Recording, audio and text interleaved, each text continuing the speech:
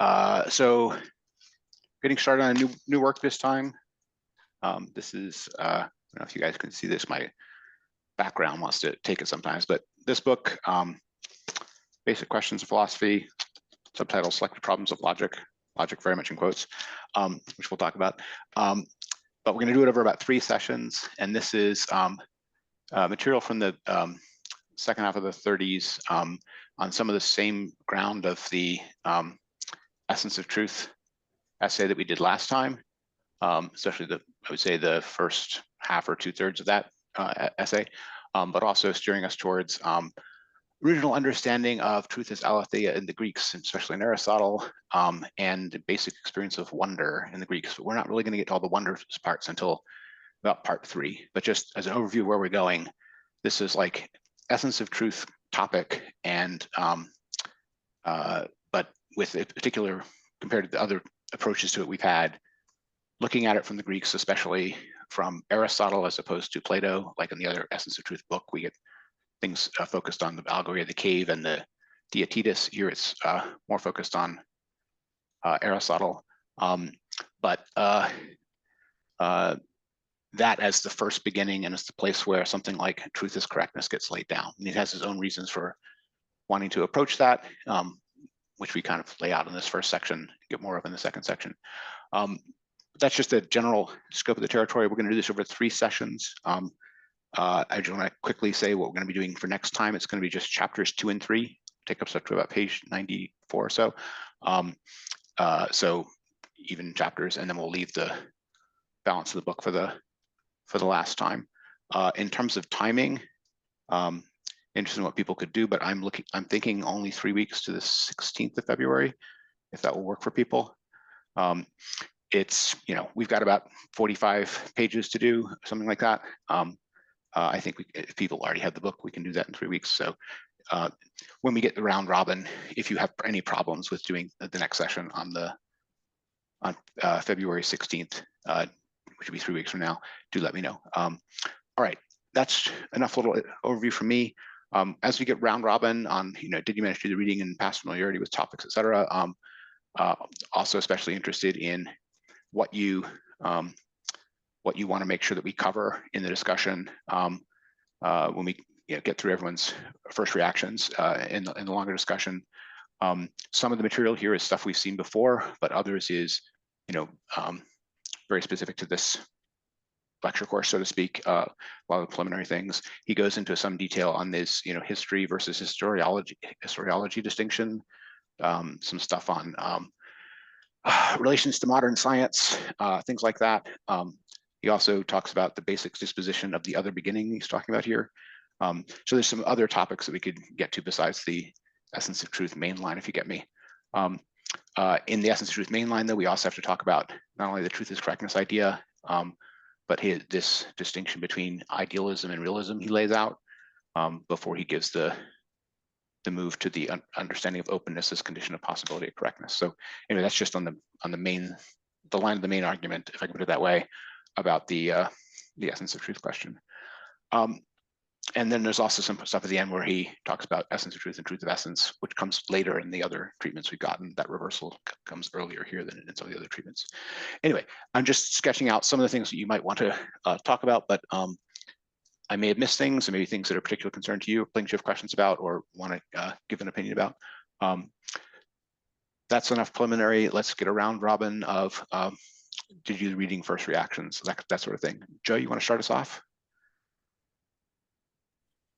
Yeah, I just finished reading this morning. It was interesting. This is my first intro to Heidegger, so I don't know much about him or his philosophy. For the most part, this wasn't that confusing. So the last reading, I kind of sat in on the last session that we had. I was lost. I really didn't follow everything. This was a lot easier to follow, and I felt a little more comfortable with it. Part of that may be that this is, something that was delivered in lecture course, so it's, it's definitely aimed at students, and it's going to go over ground repeatedly when it needs to with recapitulations and so forth. It's not like a tight essay that's trying to get a lot of material into 30 pages. There's also, Pete's opinion is that the one we read last time was a train wreck in terms of presentation. But we can get through that. So you found it more comprehensible. Were there any particular issues that were left unclear to you, or that you wanted us to focus on when we go through the discussion of it, or? I just wanted to hear your thoughts on what you were talking about a little while ago, the historicity versus historiographical distinction. Yes. Yes, Uh, historical versus historiographical. Yes, yeah, or I just historiological. Yeah. wanted to hear other people's thoughts on it to make sure I'm really understanding it as well as I think I am. Okay. Yep. Again, this is my first intro, so. Yep. No, it's fine. So welcome. Pete, you want to go next? Sure. So reading it, I sort of became more sympathetic to your attitude last time that we should do this faster, because he keeps hinting that he's going to get to the essence of truth. But in the first 50 pages, we didn't get to it. It's still to come. Aristotle's understanding of the essence is in next time's reading. And that one's always a difficult one for me because uh, essence is a Latin word, not a Greek word. And really, he's using it to translate ousia, which has various levels in Aristotle. Um, uh, so that's still to come. And I also see it as what he's saying at this time is that the essence of something, of a thing, is the properties we see before we look at the individual instance. So the instance of a table is what we consider a table in general before we look at a specific instance of a table. Um, and that, I guess, it works for me in the sense here. Sorry, I'm going to jump in there for a second, because I don't think he's yet given us. I mean, he's given us at least a couple glancing approaches of what essence could mean, but he hasn't settled on any one of them. Well, maybe I was reading ahead. Fair enough. Fair enough. Things that I noticed. One is he has this four-part treatment of the thing, the relationship to Dasein, the relationship to other Daseins, and it all comes back to showing the openness is You're talking about the before the fourfold openness. correctness. Yes, you're talking about the fourfold openness he talks about. I think it's Yeah. page 18. Okay, yeah. And I'm not sure that was fully satisfying. I'm not quite sure why I brought it up. I think it's unique to this text. Some of the stuff I liked in general with my reading of Heidegger and other texts and so forth is the notion of a field or a region in which things show up. And there I like the analogy with the gravitational field or the electromagnetic field, where instead of looking at particles or things, we look at the field. And in this case, the field of meaning is the open region. So those kinds, those resonated with me. I was also interested in the historiography and the associated parts of the future is the past, which is the present. And that seems to relate to when we read contributions late in 2024, where we had the first beginning and the other beginning, and we need to go back to the other beginning to explain our future. I liked that part. I thought that was interesting. And I was also struck by the part where he talked about silly Americanism, where truth is what succeeds and everything else is speculation. Yes. So that one tickled me. Yes, which is like Um, a capsule version of pragmatism or something like that. yeah, pretty Yeah, much. yeah. Um, yes, and he called that Americanism and succeeding as a business, right? In particular, he says. Yeah, so there's lots of little asides like that we have to get at. And one thing to keep in mind with a lot of these things is there's the level of what he's saying, which is his opinion about something, which is of some interest to just know what his opinion about it was, but then also in the actual argument he gives for it, which is something more than that. And then there's also the soundness or lack thereof of that argument, right? So we have to take that at all these three levels. I mean, the first level, we just have to know what is he saying? What could he possibly mean by this? Sometimes he doesn't flesh it out very much. He gives a lot of his reasons. You have to kind of guess what he means by it. One of the ones that I have for that is a place where he says, he calls scientists the most miserable slaves of modern times, which seems a bit of hyperbole, but you have to guess what he means by that because he doesn't actually spell it out for you. But yeah, so you can just, what his opinions are, what he means by them, but then also the argument or he gives for it, or the contrasts he's setting up. But then third, an assessment of how just or unjust any of that actually is, right? Or how sound or unsound the arguments for it are. Okay, but those are good questions. We definitely want to get the historiography on the fourfold openness. The openness part definitely occurs in lots of other places, including the last essay we read last time. But you're right that the fourth of openness towards others being a critical part of that openness is really emphasized here more than in the other treatments of it. And we can talk a little about why that might be. But okay, John. Hey, Jason. I got 2 points and then a suggestion. Sure.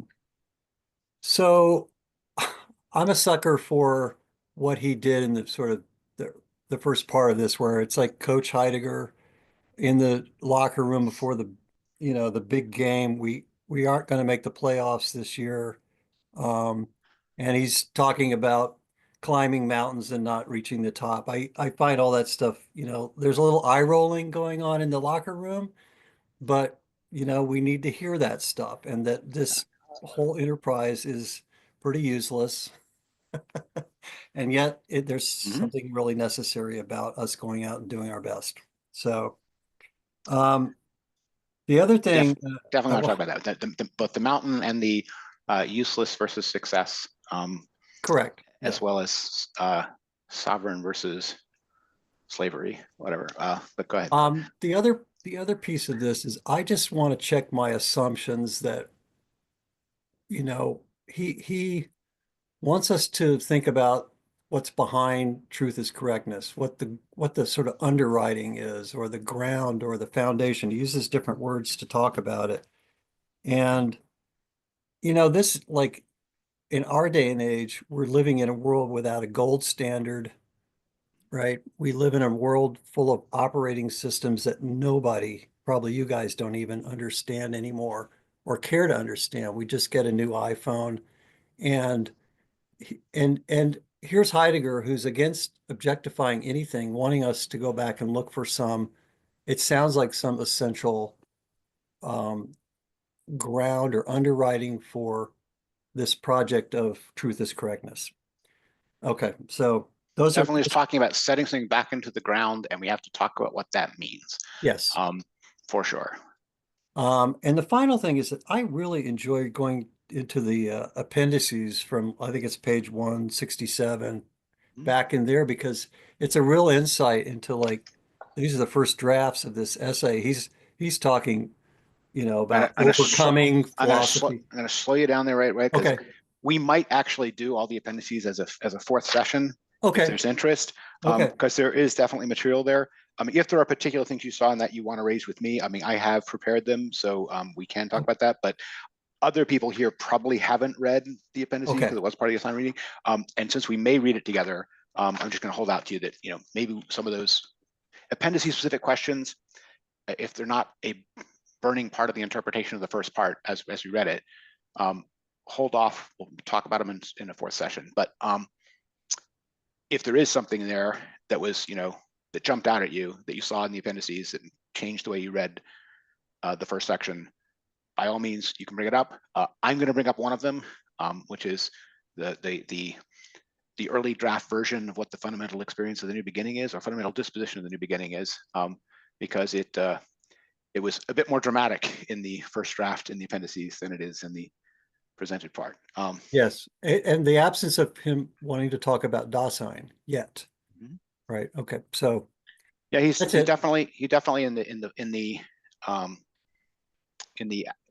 appendices he alerts, he explains why he doesn't do something in the main body more explicitly, but in the main body he is avoiding casting this in terms of people understanding it in terms of Dasein, the Dasein concept, Dasein understanding, because he expects that would result in misinterpretations, right? And he's trying to do it in a way that's going to steer people towards the Dasein perspective, but with it fully fleshed out as something they understand before they attach the word to it. Whereas he thinks if you come in attaching the word to it, people are going to be mentally substituting their own model of what a subject is everywhere that it's mentioned, and will miss what he's trying to say. So you're right that he alludes to that explicitly in the appendices only.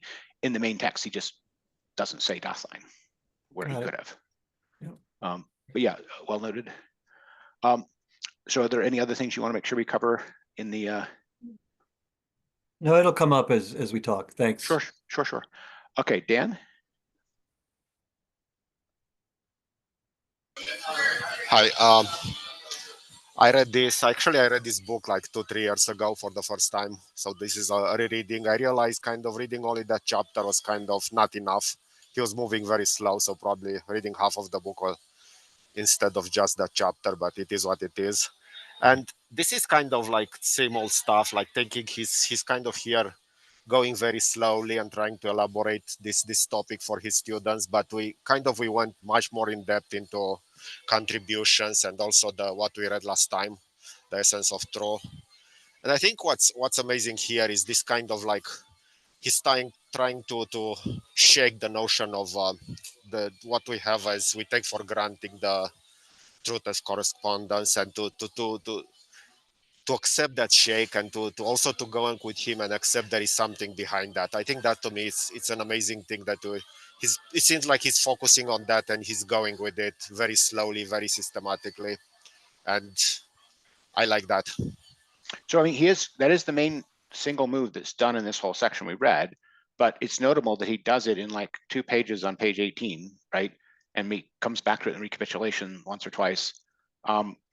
But most of the other material around it is not actually preparing for it. There's a little bit on preparing what the correspondence understanding is to begin with, and the realism and idealism contrast that's on sort of that main line. But an enormous amount of the rest of the material is dealing with why the student should care, and lots of what I can call contemporary possible idea formation or worldview distractions, right?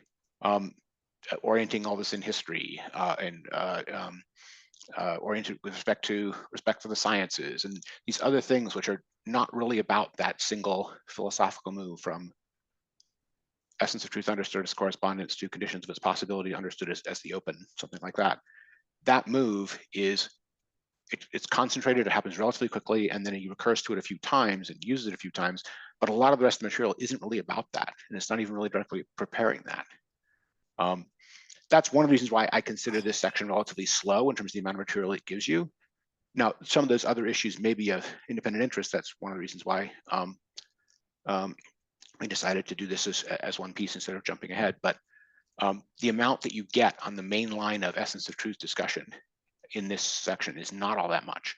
The last piece you get at the end is just the essence of truth and the truth of essence, but mostly is just posing it as a question, not actually answering it yet. So I don't consider this a very systematic approach to that condition of possibility move. That is the main move that's done in the whole section. But when he does it, it's only slightly more prepared than it is in something like the Essence of Truth essay we read last time.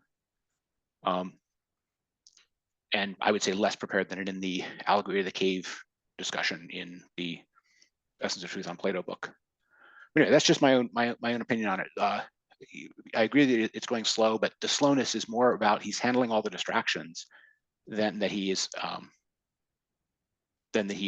going through that particular piece of the argument with greater care or elaborateness than he does in other places. It's just, I think that these are kind of like he's already aware of all the objections against this kind of theory, and he's trying to prepare all the ground and clear it. And I agree, it's not very, like, in a way, logically systematic, but it's kind of like, I think he's preparing for all the possible objections and he's clearing the ground. That's how I saw it.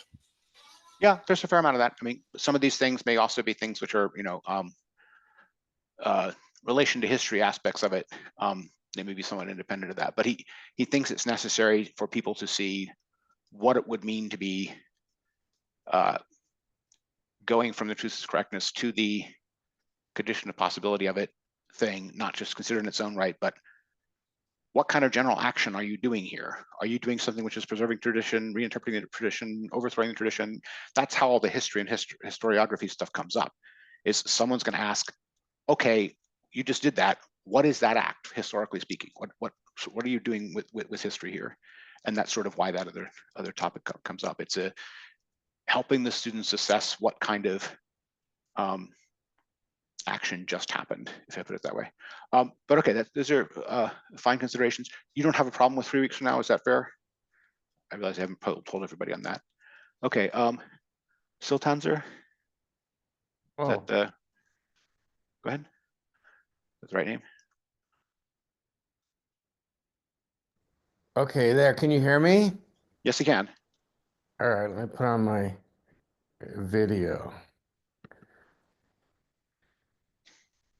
Okay, this is great. I'm really happy I found this online. I participated earlier, I think during the pandemic, and I'm surprised I didn't run across some of the earlier. But I joined this week. I was very happy to see that you're doing this. I personally have been reading a lot of Karl Jaspers lately, because his collected works are being published in German right now. And he came out with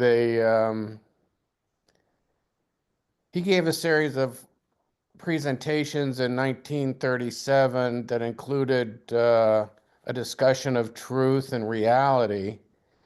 And I spent a lot of time reading. I've read that at this point, many times. So I'm very interested in seeing what Heidegger has to say about all of this in more or less the same time period. Cool. Yeah, we went online for COVID, and basically because we got enough people coming from far away, couldn't go back to doing it in person. So we've been online ever since. And there's a whole series of the past sessions up on YouTube now from that period. Although we didn't start as soon as we went online, the first 6 or 7 months or so, we were not recording them yet. But sure, Isabel, you want to go next?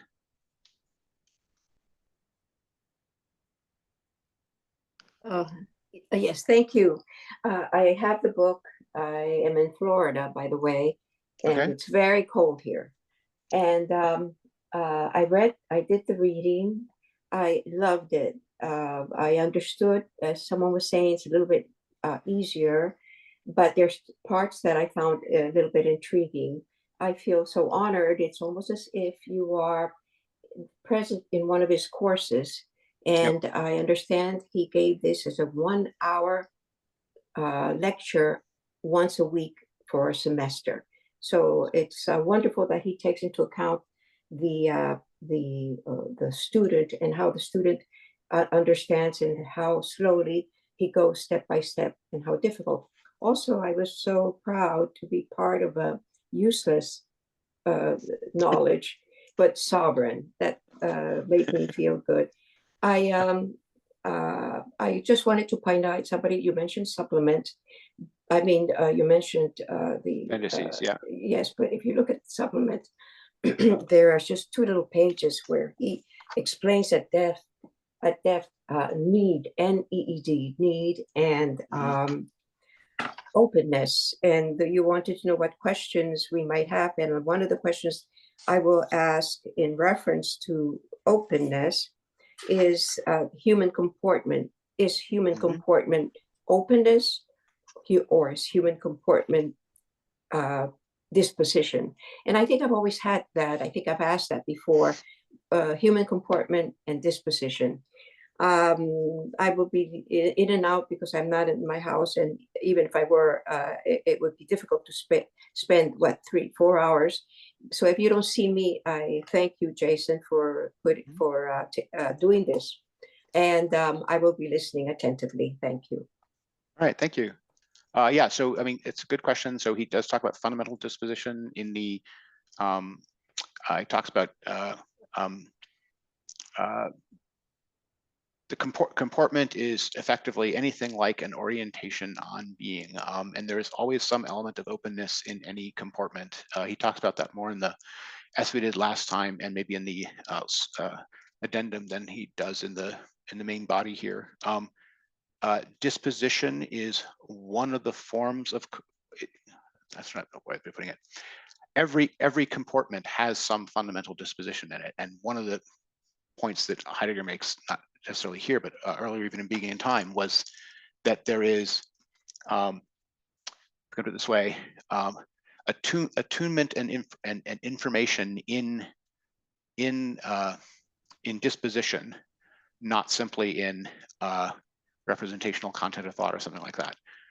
It is part of open attunement that we have dispositions. Dispositions are part of the way in which we are, if we go put it this way, plugged into the world, plugged into being, that being communicates with us. And you can, if you like, think of that as what we have as instincts, what we have as part of our nature.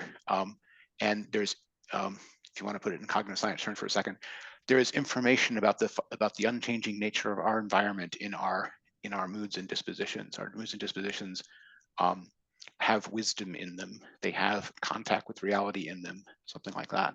And when he talks about the basic disposition of the first beginning or the new beginning, the disposition of wonder that he'll get to when he comes to the first beginning in the Greeks, he's talking about on that level of what is conveyed to us by our disposition, by our feeling, as one aspect of our openness to being. It's a great question. It's definitely characteristic of Heidegger that just as in Being Time, he went beyond the sort of cognitive phenomenology of Husserl to the more practical and equipmental contextual nature of things. He also included all of the elements of, if we put it this way, not simply rational representational comportment, attunement, information about where we are, if you want to put it that way. I hope that helps. We'll definitely get into that in more detail when we get to the substance of the exposition. When we talk about the basic disposition of the new beginning, he talks about the very intro section. But I hope that helps on just the general topic of how to relate these different levels or terms to each other. Openness is something more formal and basic about being already outside, being already ecstatic, being already in reception of, as a character of Dasein. But disposition is one of the aspects of that openness that is not representational, if that helps. Josh. Yeah, I appreciate. I had read this before, but rereading it is always enjoyable because I continue to read and reread Heidegger, and anything that you've read, and then if you're continuing in your struggle to understand him, you find that you do make some kind of progress or some changes in your thinking, and then you discover the changes that you've made when you go back to earlier works, and then there are gems which sort of stick out that couldn't have before because you wouldn't have been prepared to find them or to read them in that way. And I'm always struck with that. So and that was true of reading this book. And I look for, in particular, for evidence of that can support my reading of Heidegger, which is sort of radically transformation oriented, and I find that here in specifically in his discussion of history, the historical versus the historiographical, as well as his discussions on truth is correctness. So I would be particularly interested in hearing people throw up alternative, various possible ways of understanding exactly what the implications are of his notions of history as future, coming from the future, and because there's an easy way of reading still trying to incorporate older ways of thinking within that, which I find all the time when it comes to Husserl. And I whereas, I'm sort of interested in seeing him in a way that doesn't allow one to keep some notion of truth as correctness, but that by simply sort of putting a qualification in front of it by saying, oh, we need this magical generating process of creativity that must precede truth as correctness, and then it's fine. Then we can have truth as correctness. Yeah, but as long as we remember that truth as correctness is secondary or is derivative, then we can still have it, because that to me is an example of one way of reading him that just doesn't go far enough. But anyway, so. All right, well, we'll definitely the latter may be more contentious on the and we'll definitely can talk about it on the issue of relation to history and historicity. Here, I agree with you that he's very much on the side of it is the revolutionary ability to recapitulate if I can put it this way, the originalness of the new beginning, that is which is the real assimilation of it. And he is very much stressing here that there is you don't recapitulate the first beginning by memorizing it, rote going over it again. You have to understand it as the radically new revelatory thing that it was, and the reappropriation of it is an appreciation and stepping through that process oneself, right? So there has to be something revolutionary in the appreciation for anything as radical as a beginning, if that makes sense. And that's very much going on here, along with this decision coming out of the future part that you've stressed before. So I agree with you. This is a section which definitely supports that reading of the relation to history. But we'll get to that when we get to the history and historiography distinction. But fine topic to raise. Ella? Yes, can you hear me okay? Yes. All right, thanks, Jason. I am actually going to be doing a lot of listening. I hope that's okay. Always. And I'm sorry I'm late. I had a hard time signing on. I missed a little link at the bottom. So I had an extra thing to accomplish there. Anyway, I will be listening and perhaps have a question or a statement. Thank you. Okay, sure. James?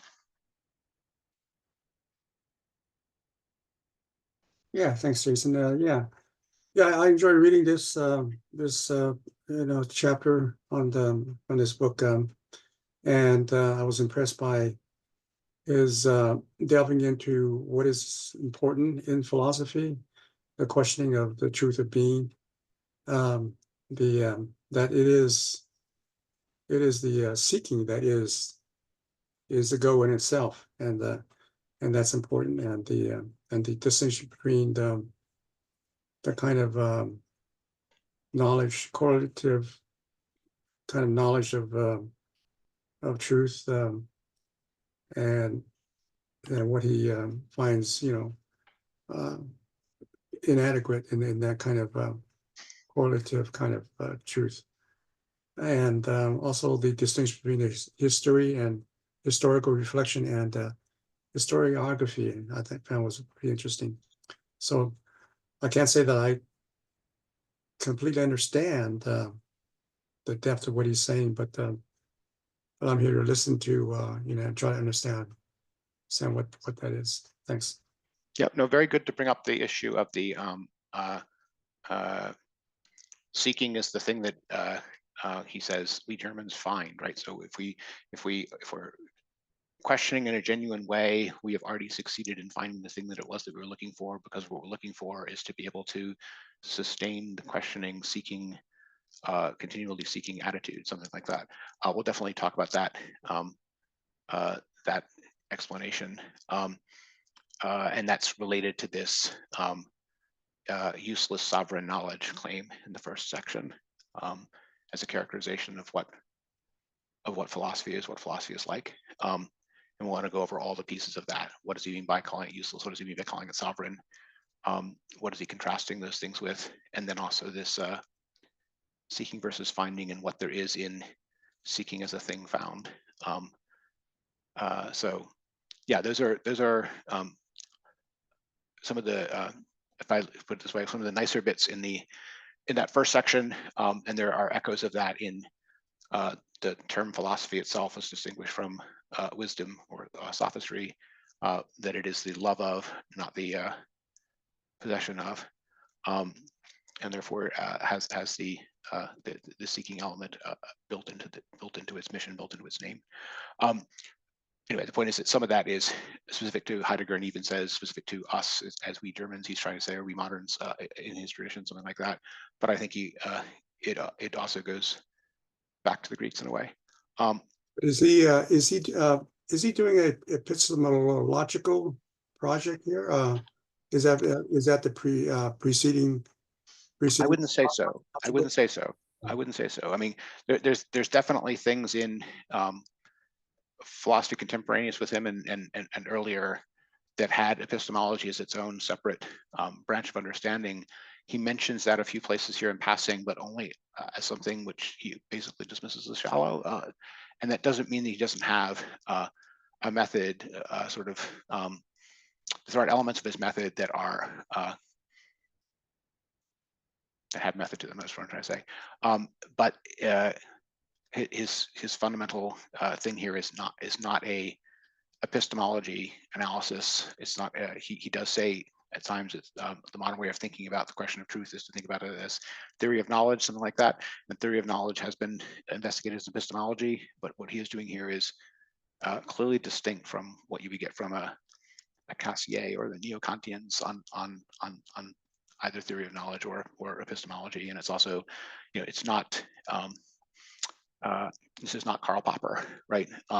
So it's the place where there's some overlap is the question of essence of truth includes something like questions about how anything like truth happens, if I can put it that way. But epistemology is more like the idea that there is a specific correct method in such things, which has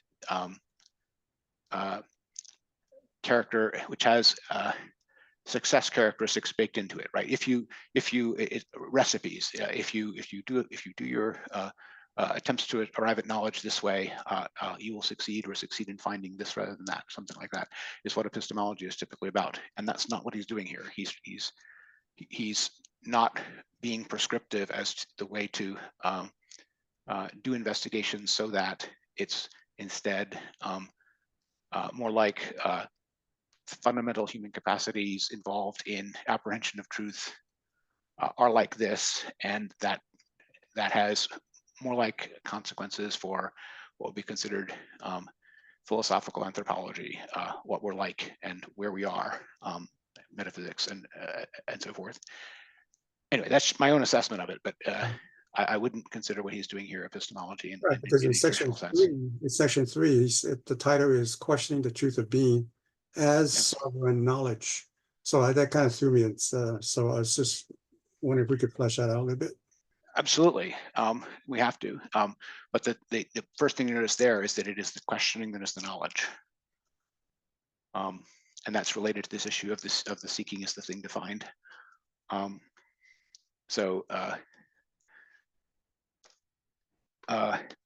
Yeah, I don't know if that helps, but he's not saying having arrived at these two pieces of knowledge, which are sovereign knowledge, we then deduce other bits of knowledge from them.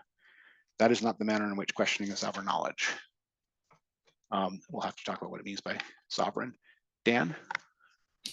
Yeah, actually, there is a section there at the end where he said we are so much entangled with the method that we cannot distinguish what true and method is, and we kind of the method took over it. And I found that it's very interesting. Sorry, which section are you talking about? It's close to the end. I was looking for it, but I Okay. found it. But he said that we are so much entangled with the methodology in the sciences that we Sure. cannot tell what true Okay, is I know anymore. which section you're talking about now. You're talking about the part where he's talking about effectively contemporary science and what contemporary science thinks of itself as opposed to what he thinks of it. So if I can put it that way. Yeah, we'll definitely want to get at that. I mean, I will say here, when we get to our actual assessments of things, that there are elements of what he's doing here that you have to understand as having a kind of aggressive differentiating edge to them, right? This is, you know, a lecture by him as a philosopher in a series that was supposed to include problems of logic. It's like, you know, the 400 level course where the professor gets to decide which topic he wants to pick, but the slot that was created for it by the university was meant to be about problems of logic, and he's just slotting in his considerations about the essence of truth in there, and that is not at all what the person who said put that slot in the curriculum expected to go there. We can put it that way, and we have to. We should appreciate the fact that there are other things going on in what counts as logic at the time, which is very much not this, and that he is aggressively differentiating himself from. Anyway, did I miss anyone? Does anyone else have first reactions? I think we got through everybody. Okay.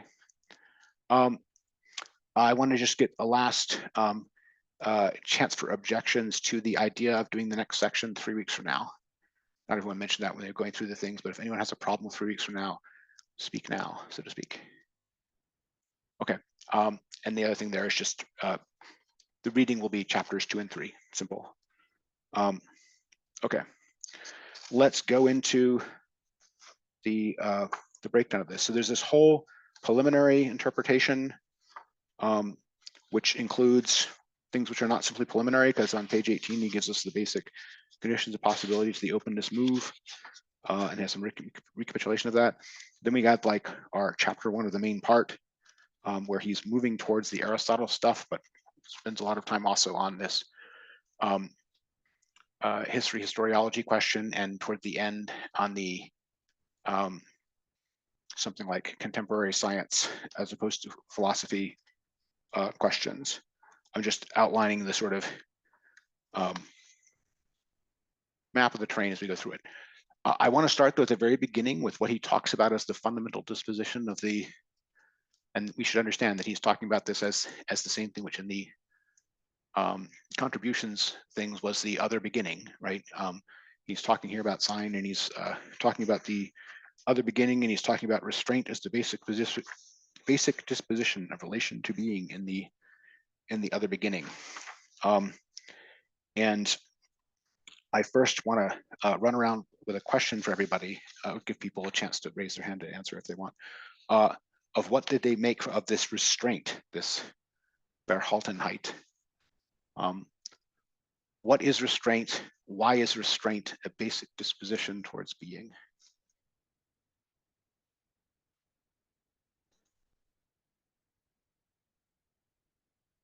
It's restraint because you have to hold back.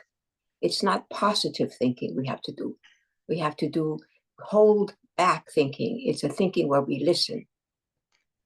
It is definitely a thinking we listen. It is definitely a holding back. It's a not jumping to the conclusion that you already know. That is certain. but there's also other aspects of it. Someone else wanted, we can point to the text, but first of all, just other people have other reactions to it before we. Pete, do you have a gloss on restraint?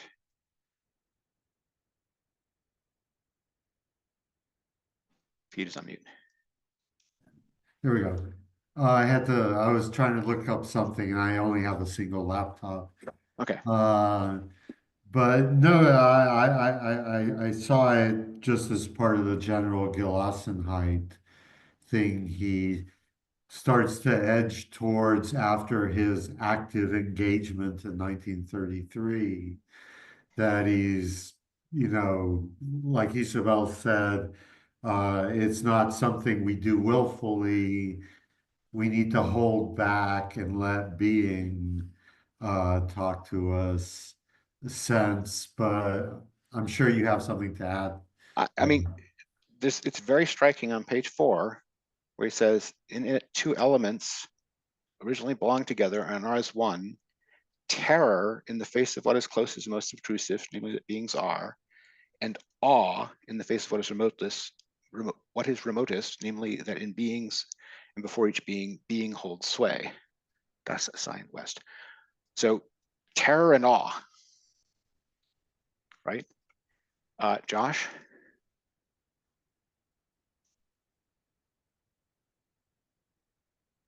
Yeah. Well, so restraint implies that one is liable to be tempted by something, to be lured. So what is this temptation that one has to fight against, has to resist? It's kind of a fallingness, or being tempted. The temptation is to give oneself over maybe to what perhaps appears as an easy route, and that is to fall back onto what is conventionally understood, what is conventionally already understood, what is presently understood, rather than anything associated with terror is not going to be particularly appealing initially, right? So one will be tempted away from that encounter with what is potentially terrifying.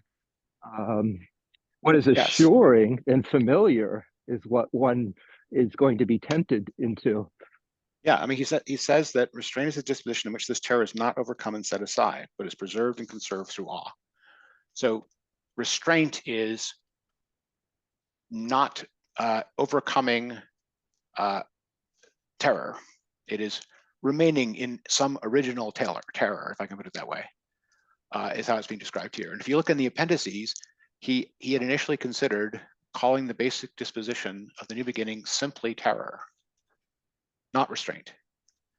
But then he realized that that was insufficient, because that's only the attitude towards the fact that beings are. It doesn't have the component of awe before being with a Y, and it doesn't have this holding back and listening aspect that Isabel rightly brought out. So he decided that restraint was a better formulation of the full formation. But it is striking, and not prominent in other places where restraint is the term used, or Gelassenheit is mentioned, that there is an element, there's meant to be, there is, for him, it is part of the basic disposition that there is an element of, everywhere else he says uncanny all the time, but there's a particular uncanny here that has elements of terror and awe in it. Okay, so that is very striking. There are other traditions in which something like terror is the fundamental attitude that is the beginning of wisdom. But there is a uniquely uncanny fact that there are beings rather than not that is the basis of this this uncanny that gives rise to a terror. Okay, so there's potentially a lot here. I mean, in the latter sections of this passage, he basically says, only if you've jumped into the fire of this will you understand what I'm talking about, and if you understand what I'm talking about, you will hold back and not give it away. so to speak, but we're going to do that anyway. He warns against loose talk of saying that he is preaching a philosophy of restraint, which would be, a travesty to what he is trying to say here. But we do need to understand in what sense there could be something like an original experience of terror and awe that is normally set aside and overcome for the comfort of a familiar of the kind that Joss was just talking about. John? Okay, this is one thing I need to get clear about, because I thought that the being, if it's the same capital B being that holds sway, Yes. we've been abandoned by that. He says this, or we have abandoned it, or it has abandoned us. That part I'm not clear. So how does this formulation work? What's preserving, conserving if it's abandoned us? Yeah, so you're right that the thing which in the contributions he called the plight was the plight of abandonment by being, but even in the plight of the withdrawal of being holds sway, because the plight is a distress felt at the withdrawal of being. Even the withdrawal of being is felt. Even in being's withdrawal, being is holding sway. So this is one of those typical Heideggerian things where a felt absence is part of an essential experience of something. You can tell that something is missing, like a missing limb, when being isn't talking to you. You can think about that as man is always so oriented on higher meaning that if he finds everything meaningless, he feels it like a missing limb. If that helps. That's great. Thanks. Okay, James. Yeah, I noticed that the terror is really namely towards the beings, which is small b beings. Yes, correct. Whereas the awe is in relation to the capital B being. Correct.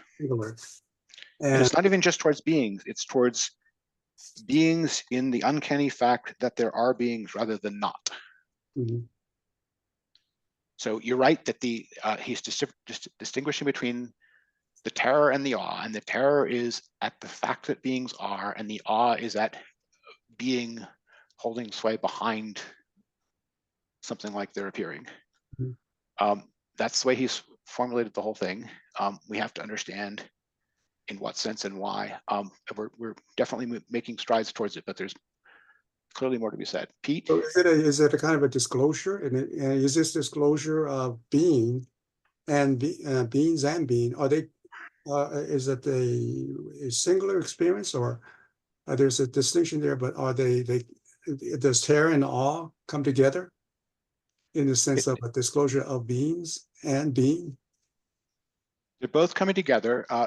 All of this can be thought of as, it's not simply disclosure in the sense that he talks about at the open, but it is in the sense in which dispositions reveal. Mm-hmm. Okay, in Being in Time, we got how we could understand the essentiality of care to the nature of Dasein from the experience of anxiety, which is something like the feeling of being burdened by existence itself. So the fact that we have a disposition of anxiety that we can feel already tells us something about care as fundamental to the structure of Dasein, something like that. In the same way, he's trying to say here that there is a kind of uncanny terror at the fact that beings are, and awe at the being holding sway behind them, that is a fundamental disposition of which we are capable, that we often paper over with, or try to reassure away, that we close ourselves off to. And here he's saying instead to hold oneself open to that, but that we have that disposition is already disclosing something to us is the kind of claim here, but not disclosing in the sense of appearing in the forefront of our field, but we can deduce information about where we are from the fact that this terror is something of which we are capable, if that makes sense. But again, this is very tightly formulated, so we have to read a lot into it to see what all he's saying here. And I think it can help if we look at other traditions and approaches that would bring this out, which I'll try to do in a second. But I still want to just get where people are, to know where people are. Pete? Yes, so I'm glad you brought up the uncanny. in relation to the terror, because I think that's part of an expression of the terror. And that's what's new to our age, our beginning. In the terror, in the first beginning, if we think of terror in Homer or whatever, it's psychological. And like James said, there's a difference between relation to things and our relation to being with a capital B, the meaningful worlds. And so after Nietzsche and the nihilism, meaninglessness of worlds, we now have a need for another beginning. Because of we are now in an uncanny age for philosophy, whereas in the first beginning with the Greeks, philosophy was about awe and awe at nature, at the world. But really, since the 19th century, what's driven philosophy is not so much awe and awesomeness, but the uncanniness of the world. And I'm not going to leap ahead to Heidegger's answer, but I think that's an important thing situating what Sure. I mean, he's so saying now. I must agree with that. I mean, wonder rather than awe. I mean, there is a connection of awe is kind of in both, but there is awe in both. There's wonder as opposed to terror is the real contrast, but there is an awe in the first beginning, which we'll get to when we get to those sections of the, like section 3 of our readings. But here he also mentions an awe about being behind the terror about that beings are, something like that. I think this uncanny matters. I think that something like having gone through an experience of meaninglessness is definitely part of that. There's also places here where he talks about how we're entering an age of the absence of questioning. And an age of the absence of questioning is an age in which everything seems to be the familiar, everything seems to be the foreground and assured, and there's something uncanny about the absence of the there's something uncanny about the evasion of even the possibility of an area of the unknown involved in that.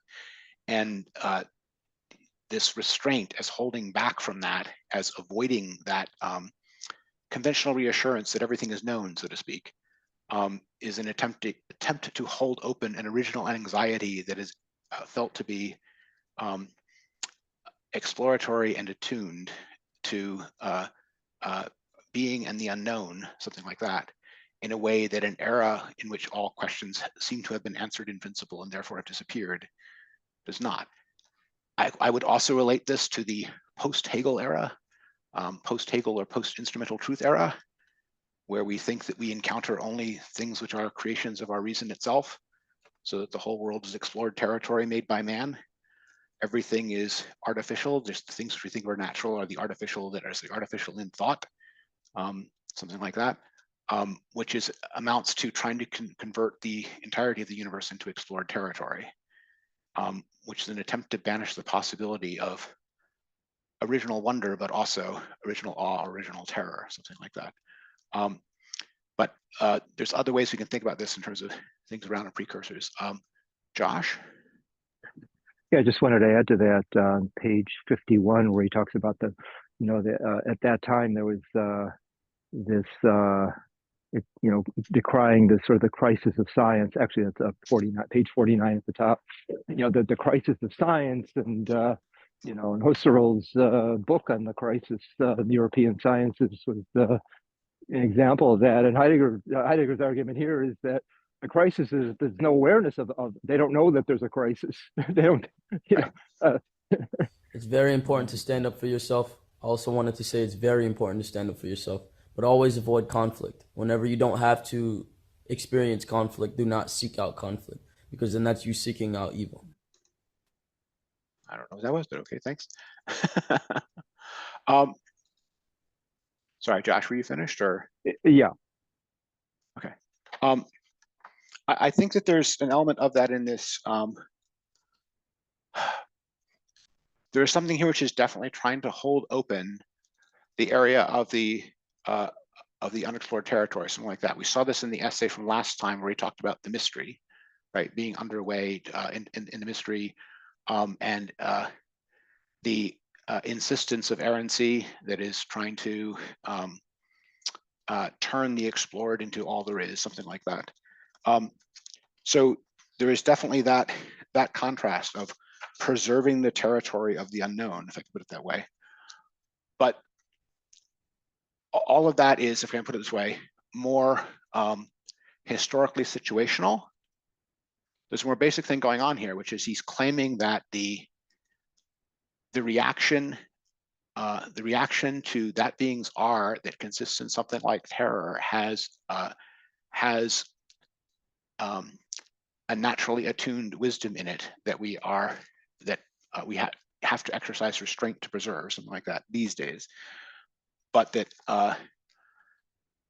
it's almost a natural capacity to be frightened by the unknownness of things, or to know that you are in an unknown, to know that you are in a universe of mystery, if I can put it that way. To put it in cognitive science terms, the natural reaction of a finite mind in an environment is to, if it doesn't know everything about where it is, to be in maximum alert because it is in mortal danger. If you don't know where you are, you're in mortal danger. And fundamentally, we don't know where we are, right? So that's the kind of thing he's pointing at here. There is a wisdom of attunement in the background mystery of being able to be now y'all see, Migo Gang got me to shut up all day. I gave y'all a little bit of clout tokens. Now it's my turn. Give me my fucking clout. Give me my fucking clout. Okay. I'm not sure who that is, but Just Dwayne, I think. Can you you could probably eliminate that. It's okay. Yeah, he disappeared. No, he's removed. Sorry about that. Yeah, I mean, we've had disruptors like that in the past. I have no idea what they think they're accomplishing, but it happens. Right. So the point I'm making about the explored, unexplored territory, there is a wisdom of attunement in that. What are other aspects / traditions that have talked about this? I can get to that in just a second, but I first want to point out one other thing. This it's not simply beings that are the closest and most obtrusive that creates terror, but it's that beings are. And on the previous page, the thing which he called uniquely uncanny fact was that there are beings rather than not. Okay. So the thing which is supposed to be uncanny is that there are beings rather than not. I want to point out to you that this is also the thing which came up at the end of the contributions as the transitional question. Why are there essence rather than nothing? Which is also the question of the introduction to metaphysics, and it's Leibniz's question, one formulation of it at least. The question of the principle of sufficient reason. There's a whole background of those around that question, but mostly about the answers to it, because there's traditional answers to that go all the way to first cause arguments of necessary being and that whole area of problematic. But the background thought that they're stemming from is to recognize there being something contingent, arbitrary, or needing to be explained in that there are beings at all rather than nothing. Okay. So one aspect of that is being an unexplored territory, but the other aspect of that is something like feeling the contingency of existence itself, right? Existence itself doesn't have to be, certainly not for us as finite beings. So the existential psychologists would say that this is an attunement which is about the possibility of your own non-existence. That's one aspect of it. And there is also there are other traditions that talk about this in terms of the you have to see the startling novelty in things by understanding them as coming to us out of a background of a possible background of a nothingness in which they were not, right? And I don't mean just that particular thing, right? You, what's the, there's a line in someone I'm thinking of,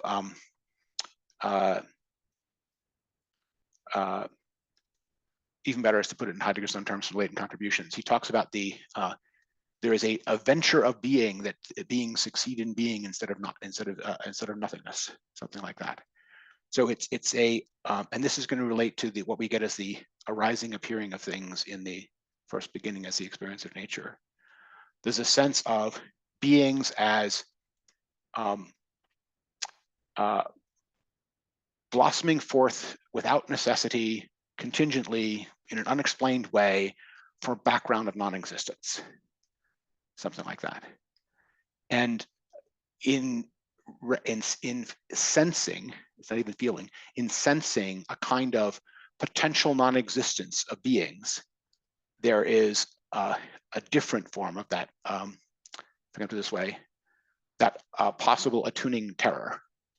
You know, you're recognizing the contingency of the existence of everything. Pete? You're still on mute, Pete. Pete, you're still on mute.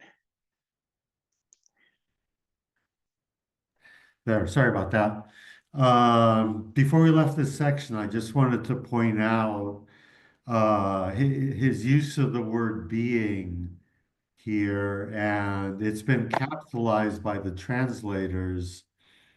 But when he says things like restraint is the basic disposition of the relation to being, in the German, this is sein with a Y. Yes. And so we should see it as being with a Y, as in contributions. I think this is important. It's always helpful with the being word to keep in mind that there's three senses of being in Heidegger. There's beings as entities, things. There's being, which is capitalized in being and time, which means the meaningfulness of things and worlds. And there's an ontological difference between that being and beings. And in contributions, we have being with a Y, which is that which makes possible for there to be meaningful being in the world. And here what he's talking about is that third being with a Y, and that. So I'm gonna mostly agree. I'm going to mostly agree with you. That is the word he's using, and that's what he's talking about, this orienting awe towards, and that awe is in what he calls the remotest, that in beings and before each being sign with a Y holds sway, so that not only in beings, but critically and before each being. So there's a sense in which the why are there essence rather than nothing, why are there beings at all, right, points to a before in which being with a Y already holds sway. And I would put this as the way in which the new question, how does being essentially occur?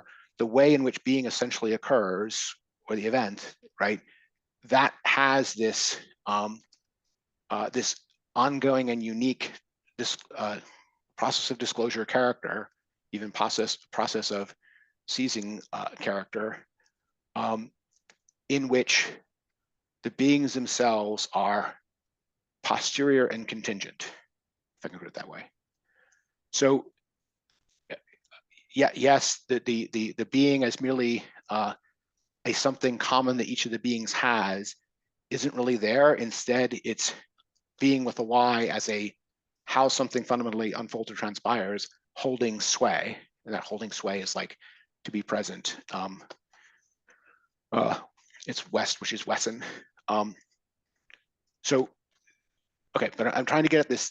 There's a sensed contingency of meaningful beings, and that sense contingency is pointing to something like their I put it this way, their precariousness. There is a temporality and a precariousness to the givenness of beings.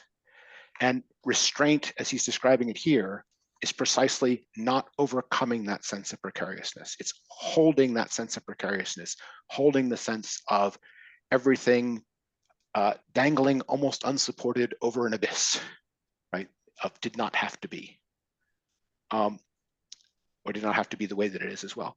Ella? Thank you. Yes, in that beings are sort of contingent, beings within us are contingent. Okay, with this larger question that refers back to Leibniz asking us, why is there something rather than nothing? And of course, all the arguments for that he gives. So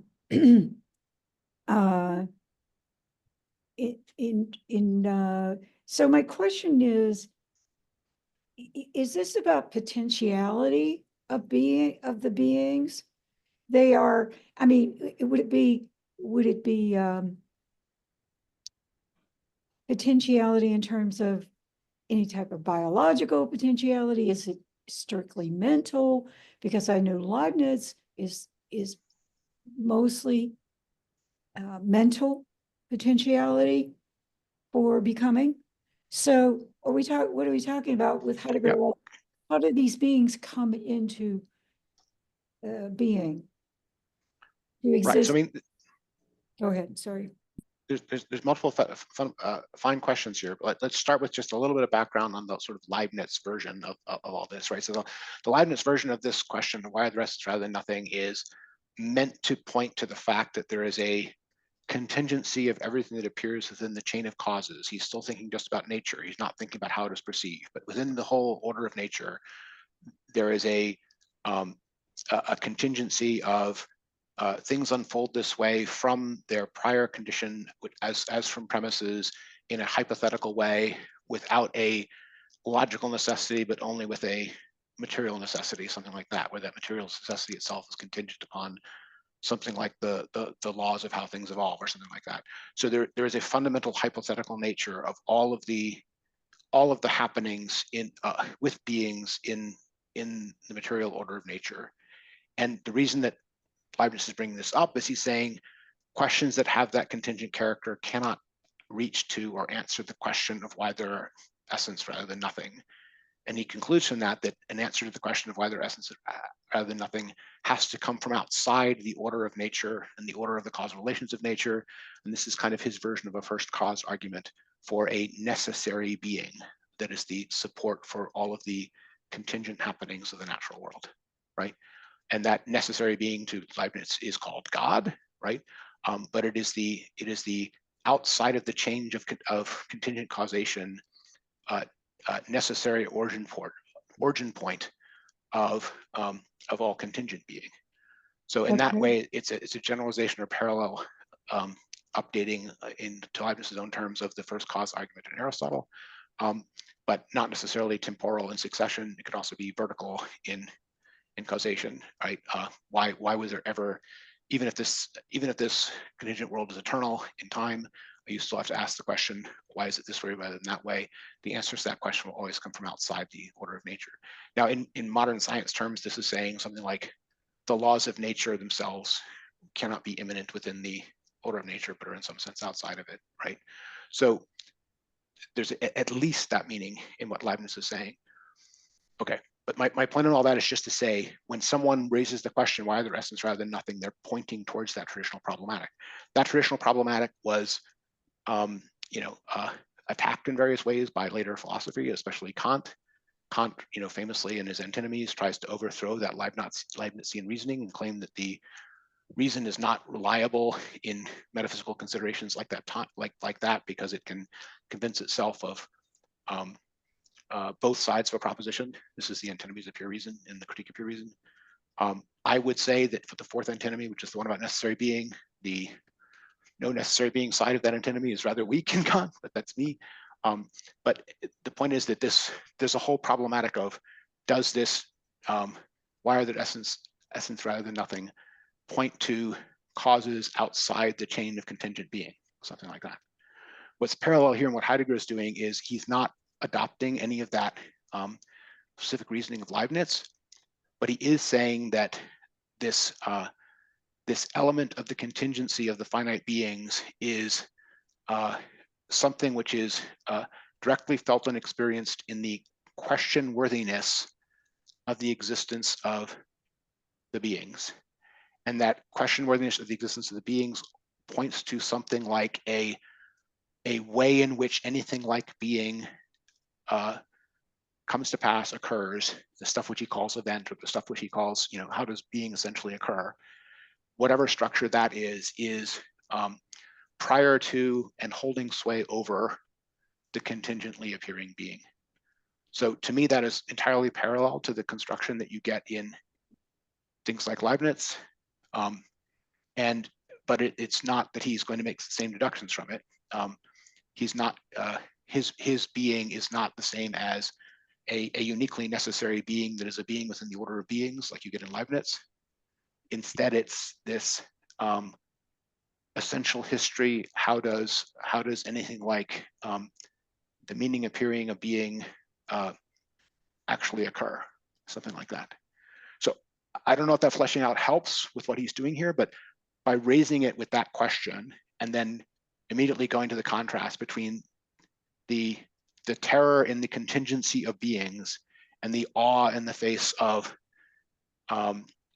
the essentially occurring being holding sway behind them in all of them, that is already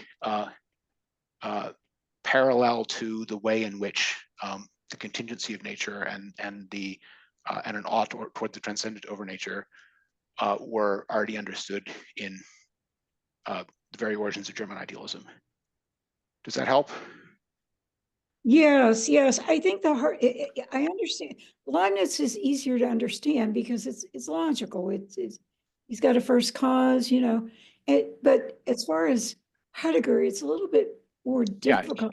Yeah. And that's because here he's not trying to do logic. Leibniz, when he's doing logic, is trying to bring you to a conclusion based upon accepting of a chain of reasoning, something like that. And just accept the premise, and you verify the elements of the chain, you can agree with the conclusion. Nothing like that compelling system thinking is here in Heidegger. He's only pointing towards a disposition, and he's appealing to the fact that there is wisdom or evidence in that disposition. He does not claim that that disposition points to anything as ramified and representational as a thought system. It just points to a disposition of terror that is possible, it can be covered over, and a disposition of awe. And so again, all of this is just trying to explain what this fundamental disposition of restraint is. And he's going to tell us that we're only going to see what this restraint really means as we go through and do these things. But he is trying to lay out here what he means by it. I want to get to Josh. Yeah, one could also argue that when Heidegger repeats Leibniz's question, he repeats it with a different sense. So when Absolutely. he repeats it, he means, how does it come about that beings take precedence everywhere and lay claim to every is, while that which is not a being, namely the nothing, thus understood as being itself, remains forgotten? So that's an important point, is that being with a Y is nothing. But by nothing, he means not something opposed to beings, but the nothing as the fecund transcendence, Sure. transcendence as event, as occurring, nothing as rich and full in itself, rather than something which is a lack or an absence. I don't disagree with that. I just need to point out to you that although that's certainly not there in Leibniz, it is there in the Neoplatonists back to Dionysus the Areopagite, who will give you a fecund nothing of exactly the same kind. So it's Really? Heidegger is not the originator of the idea of a fecund nothing that is the support of being because of the contingency of being, something like that. But I would point instead to the very end of Contributions, where Heidegger raises this specific transitional question again. And what is the context that comes out of the, or not context, what is the moral that comes out of it? Moral that comes out of that is there's something like there is a hierarchy imposed by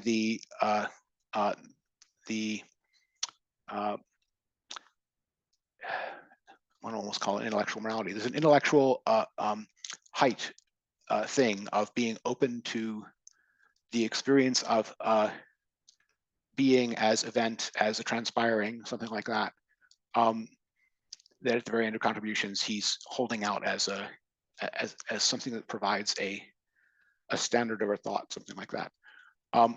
The other thing I'd point out here, though, is that in that fecund nothing idea, you still have the notion that the beings themselves are appearing on the background of that unground, right? So again, this sense of, I'm trying to bring out the fact that the reason why he's using a term like terror to describe a disposition reaction to that there are beings at all is a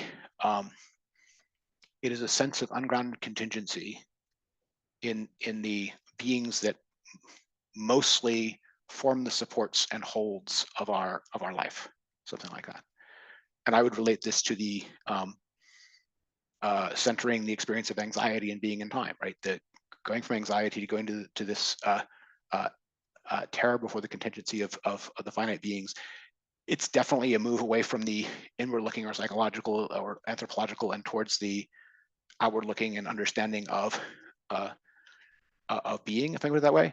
But it's a very similar thing that is being centered, which is the notion that there is something revelatory, exploratory in a being unsettled. And you get that throughout Heidegger, right? That the experience of being unsettled is telling you something, is something you get in every era of Heidegger. That's why he loves the word uncanny. It's a word for that fact, that a sense of the uncanny is telling you something. Okay, I don't know if we've done full justice to this issue of the fundamental experience. We certainly have fleshed out a ton that there's continents, under there that you could go look for. Okay. The next thing I want to get into is this useless sovereign knowledge, and I want to contrast it with the successful miserable enslaved scientists, right? So yes, he says philosophy is useless, whereas science succeeds and is useful, is the contrast. But the useless philosophy is sovereign knowledge, and the successful scientists are the most miserable slaves of modern times, which is, I put it to you, clearly hyperbole. But why is he saying that? In what sense is there anything that is enslaved about successful modern science, despite its successfulness? What does he mean by that contrast? I think it will illuminate what he means by sovereign knowledge if we see what he means by the contrast sovereign and enslaved. And you can pick either side of that. You can tell me what you think he means by sovereign. Go ahead, Josh. Well, I think success is associated with the notion of progress. And the notion of progress is, Heidegger sort of related here, the sciences think of themselves in terms of, when they compare themselves to past eras, they'll say such things as, well, we've transcended that way of thinking. We don't need to look back anymore because we've turned the page and we have, surmounted, we have surpassed those previous eras. And he definitely gets to that in the later sections on historiography. But sure, keep going. Okay. All right. Well, so implied in that way of thinking is this absolute failure to recognize that the sciences, instead of contrary to their belief that they have surpassed and the past and don't need to look back, they're entrenched ever more deeply into ways of thinking that that take hold of them, precisely because they have no way of of understanding themselves properly in a historical fashion. So their notion of So success.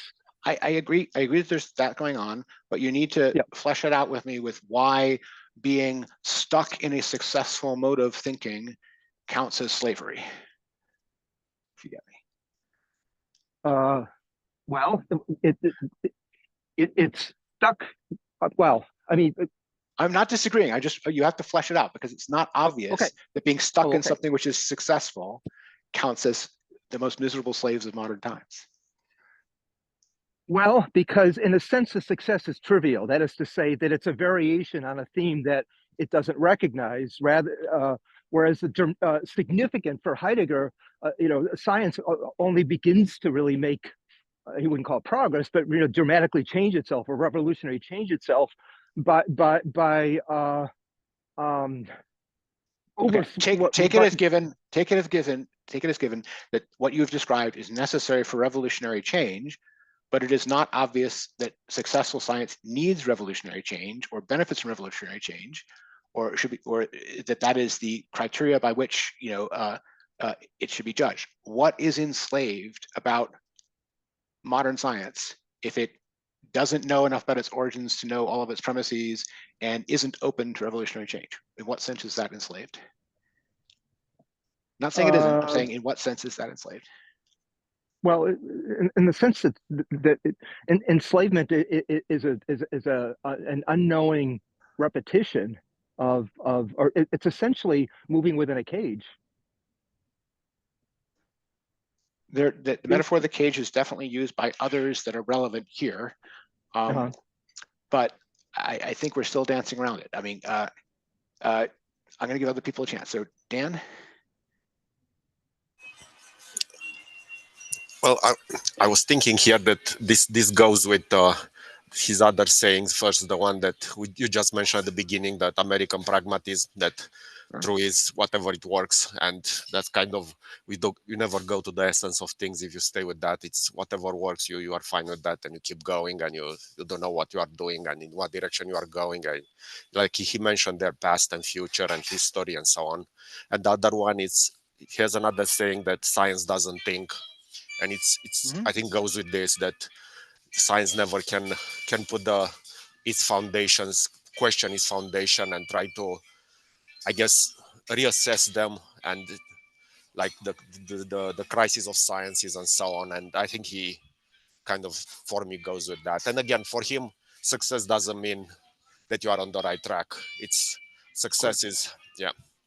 No, I get it, but I still think it's very easy for all this to be taken as merely resentful slurring of a successful thought formation that you are not a part of, right? It's way too open to that sort of charge.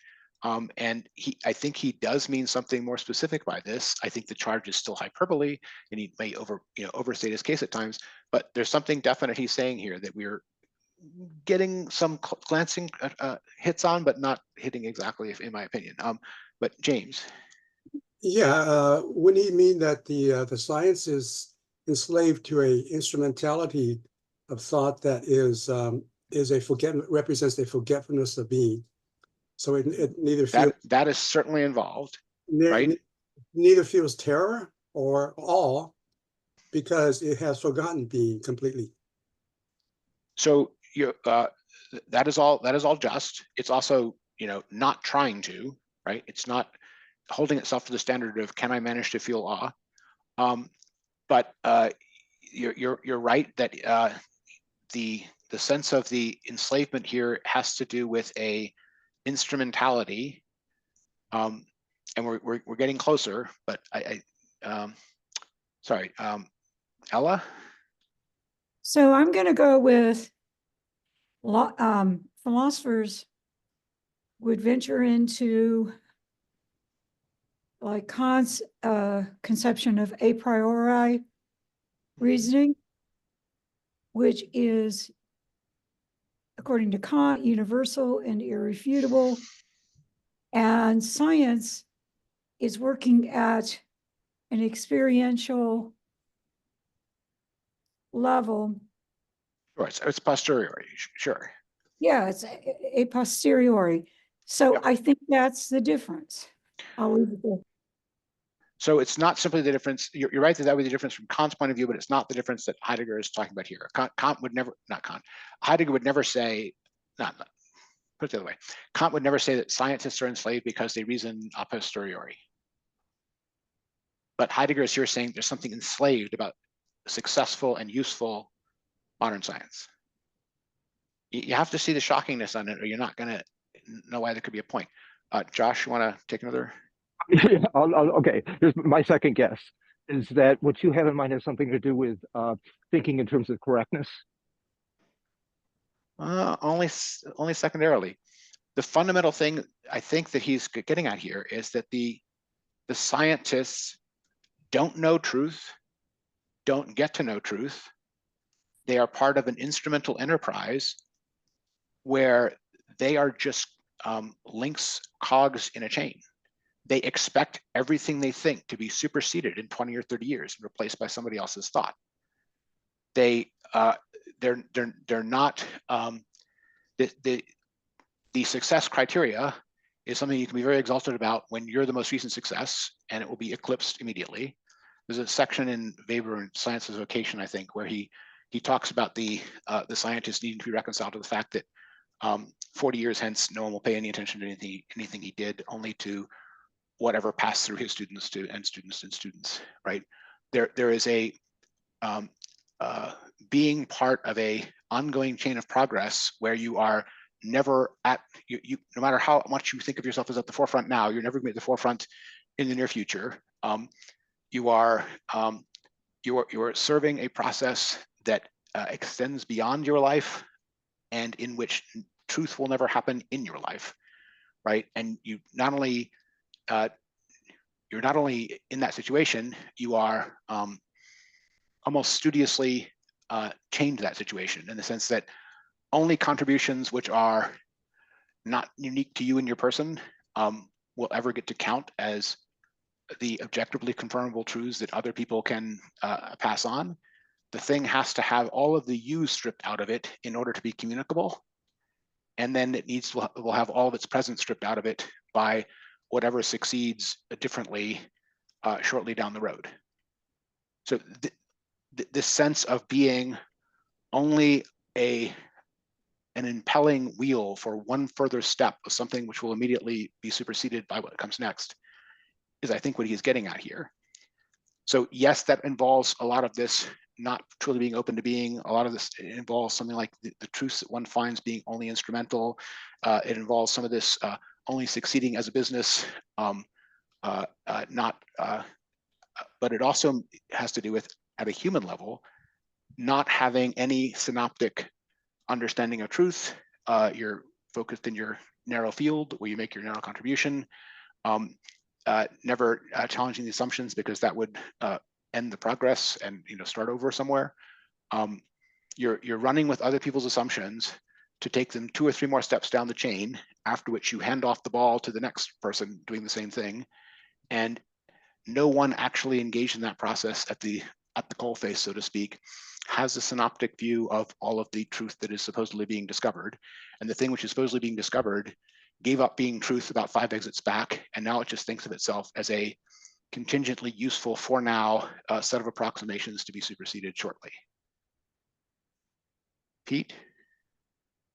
Yeah, so to flesh this out a bit, I think that science is always about things, about beings. And so you'll always have the ontological difference.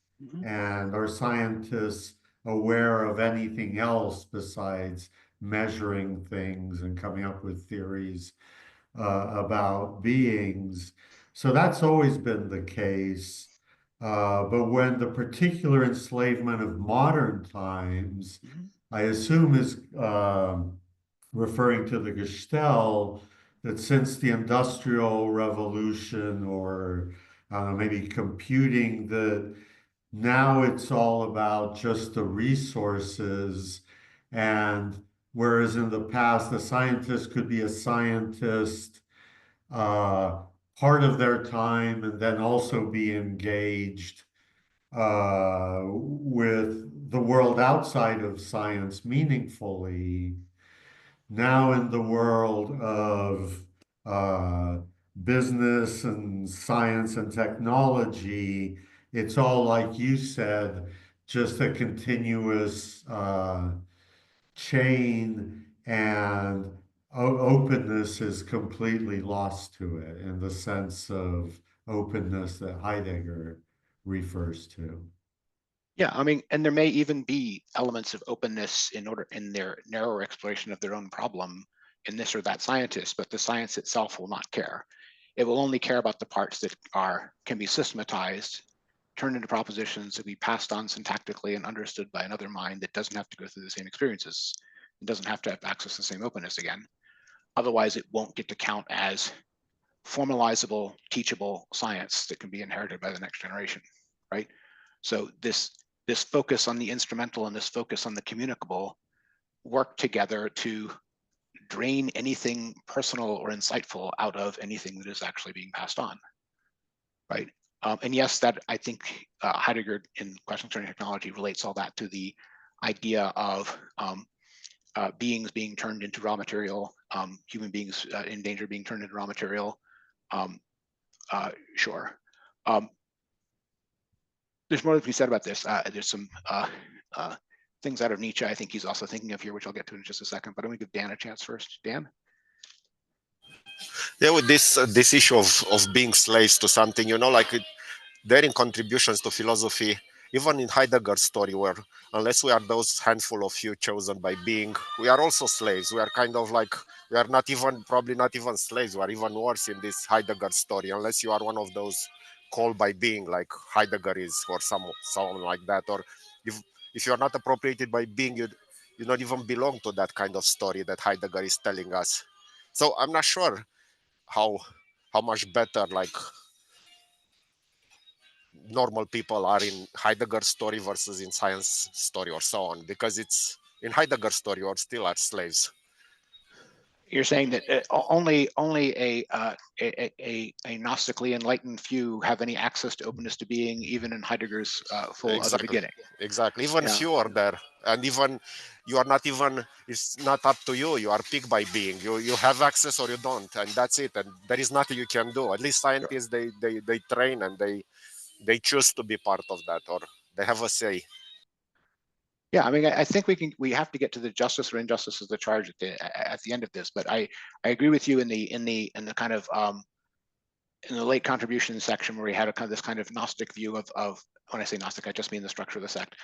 A few knowers, the few enlightened people that they can that don't have those insights but can understand them when they're communicated, and then a larger public whose public meaning spaces are informed by all of that, something like that. That sort of that's the sort of way he lays out the what he imagines the possible effect of future ones in another beginning might be. And I spoke at the time about how there's a kind of political naivete in that. But anyway, you're right that there are limitations there too. I do think that he has somewhat romantic ideas about how much communicated spiritual insight can inform broader swaths of people in the art that they appreciate, something like that. But we can come back to that in a second. I want to give Josh a chance, then James a chance, and then I've got some other thoughts on this. But Josh. Okay. It strikes me that there are two fascinating dimensions here, which are crucially intertangled with each other for Heidegger. One is that of change, and the other one is that of constancy. The two go together in a very crucial way for him. So on the one hand, in describing science in terms of sort of instrumentality and making use of methods in a normative manner, sort of a conformist or conservative manner. So here you've got you're talking about an aspect of science which is sort of essentially resist change. The same thing about the notion of Gestalt, right? That it's mapped out in advance, that the possibilities in terms of future research for a given science. So there again, you're touching upon sort of the conservative nature of science. But on the other hand, you also have this notion of science in terms of sort of the way that you were describing it before, in terms of, you move from any individual is just going to be a flash in the pan, Yes. reminds me of sort of the notion of curiosity from being in time, where it's all over the map and it's arbitrary. And so there's a crucial element of constancy in the idea of being, Heidegger's notion of being, which is also missing from this frantic sort of searching after the new. Sure.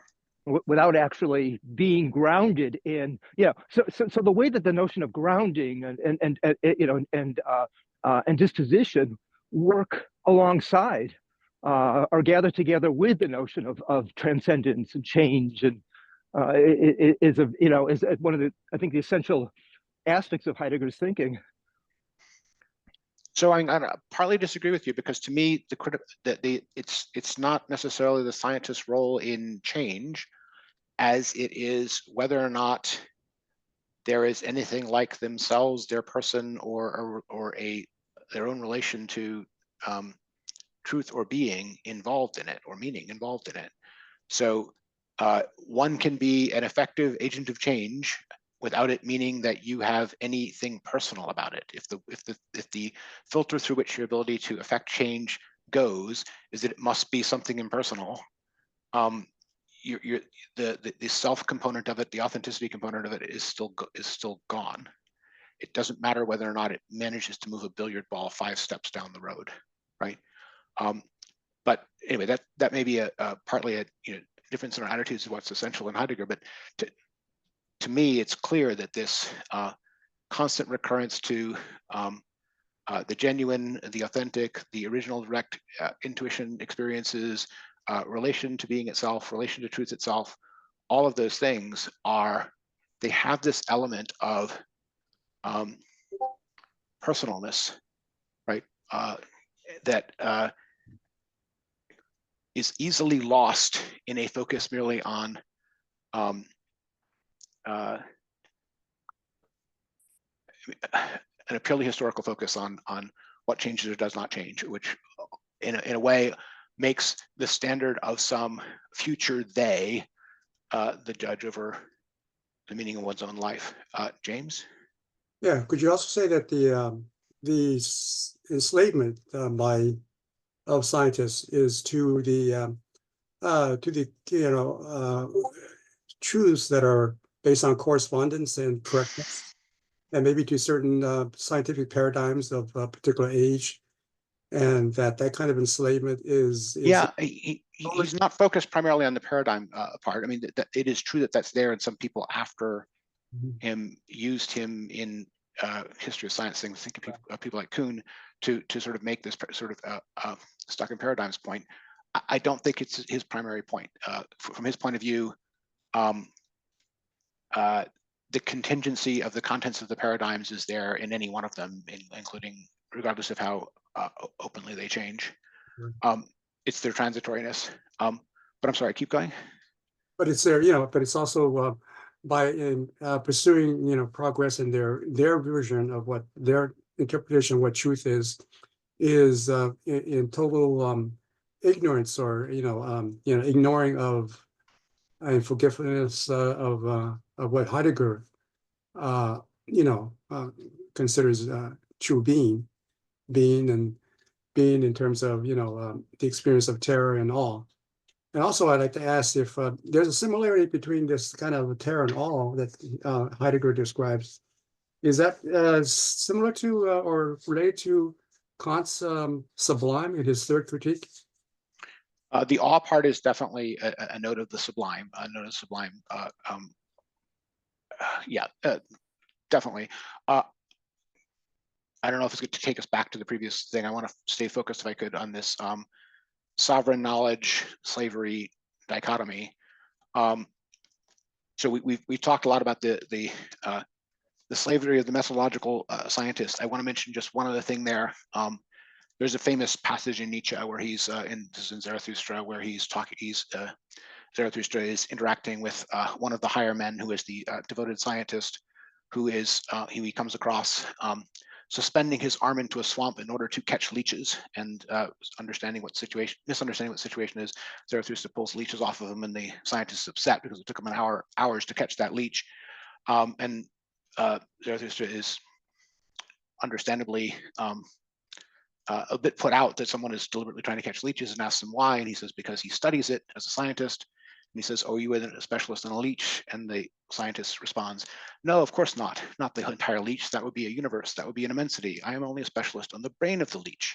So the point of this is the notion of specialization, reducing the things about which the scientist practitioner can care to, tiny silos of things of a low nature, devoid of high spiritual meaning or something like that, and that someone who's for whom that becomes their life is dedicating themselves to a broader societal project, if you like, but the piece that they have to focus on has none of the grandeur of the entire project, if you get me. That's a criticism not made by Heidegger, but by Nietzsche, but I think it's echoing a bit here. There's a sense in which all the German idealist philosophers have this notion of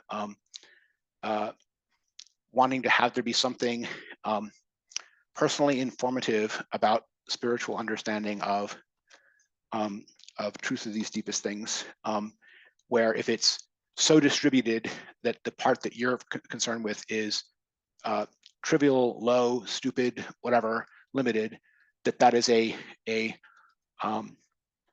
violence done to the individual human beings involved, regardless of how successful it may be as an overall enterprise for the after the division of labor conquer scientific problems. A thing I see related to this is on 6, where he talks about how he's talking about what the goal is in the seeking itself. What does it attain by that? He says the seeking gives. What's the benefit of being the seeker? Is you get the most constant being in proximity to what conceals itself, out of which each need happens to come to us, and every relation fills us with enthusiasm. So this is a claim that something like the openness to experience of being, openness to truth in that sense, is that it is present in genuine questioning or seeking, is a constant being in proximity to the, and then the what conceals itself here is standing in for something like truth or being, or in the older traditions would have been God. And there is something about that which is a ennobling of the individual person so dedicated, right? They get to be constantly in the presence of and concerned with and focused on a high ennobling truth, right? And something which is choice-worthy, dignified, elevated for its own sake. There's another place here where he'll say that the heights of human activities are differentiated by the goals that they have for themselves, right?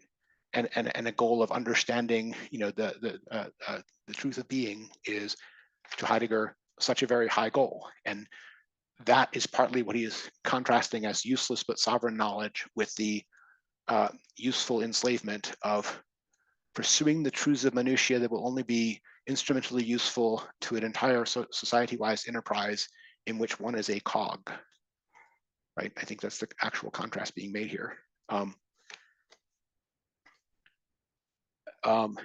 He does say that science so constituted will succeed more and more, but that no one who knows will envy the scientists.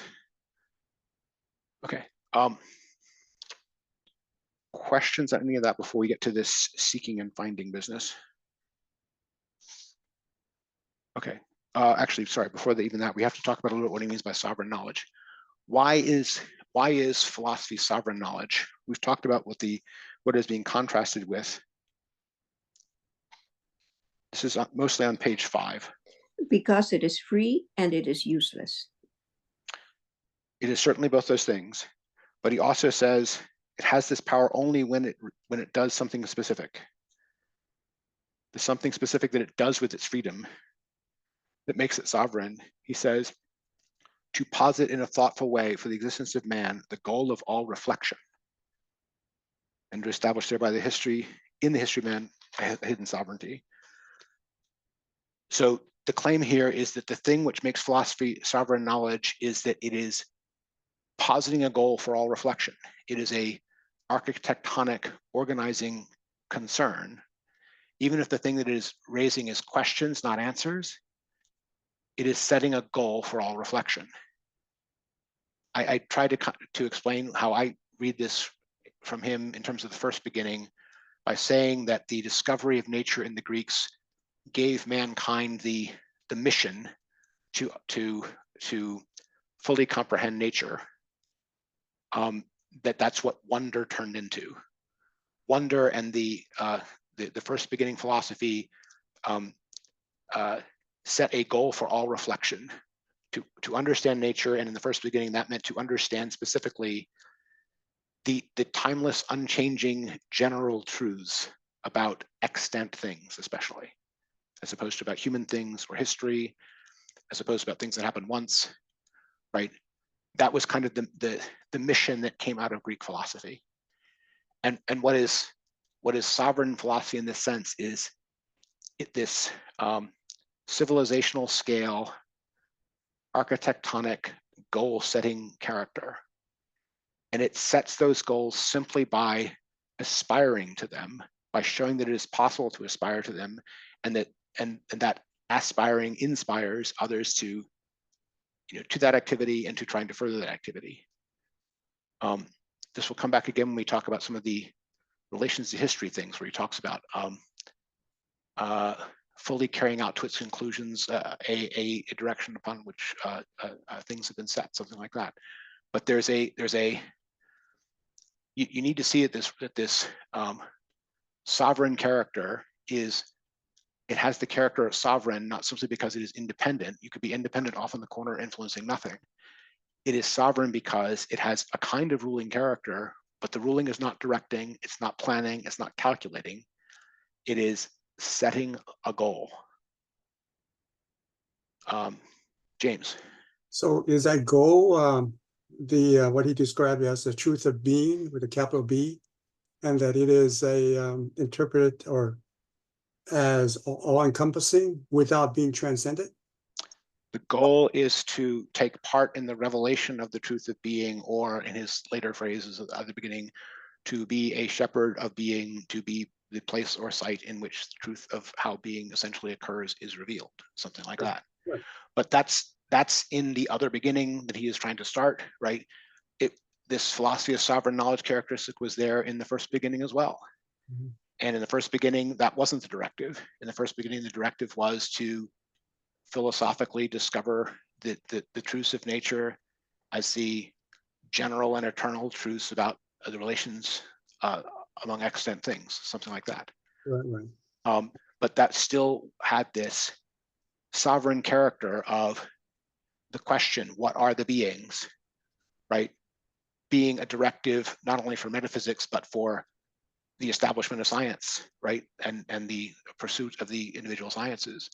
From Heidegger's point of view, metaphysics, the period of metaphysics coming out of the first beginning is what divided the possible knowable field into its different domains of being, in which the different sciences received their commissions to investigate those things, and the commissions that it received was to investigate them as to what are the beings in this area.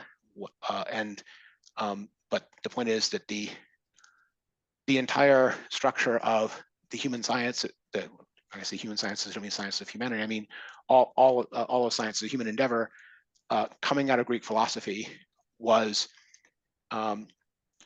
sovereignly sent upon its mission by classical philosophy, if that makes sense. Yeah. So is that kind of knowledge being sovereign?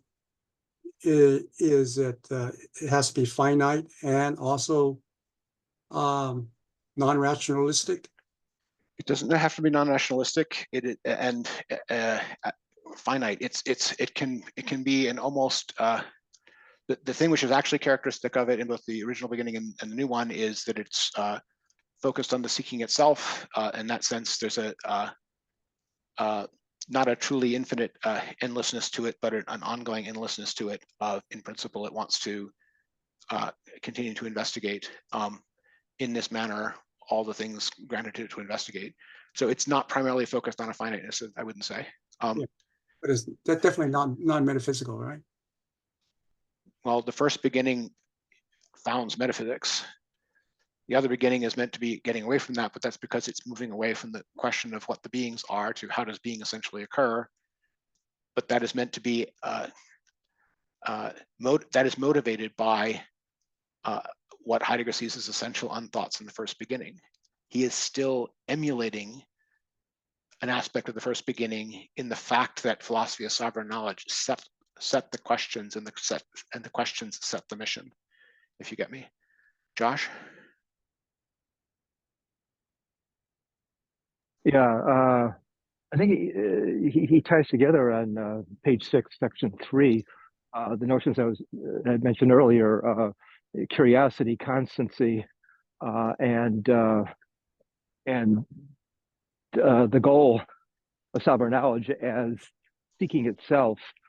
That is to say, the seeking in itself as being the goal, not a particular goal.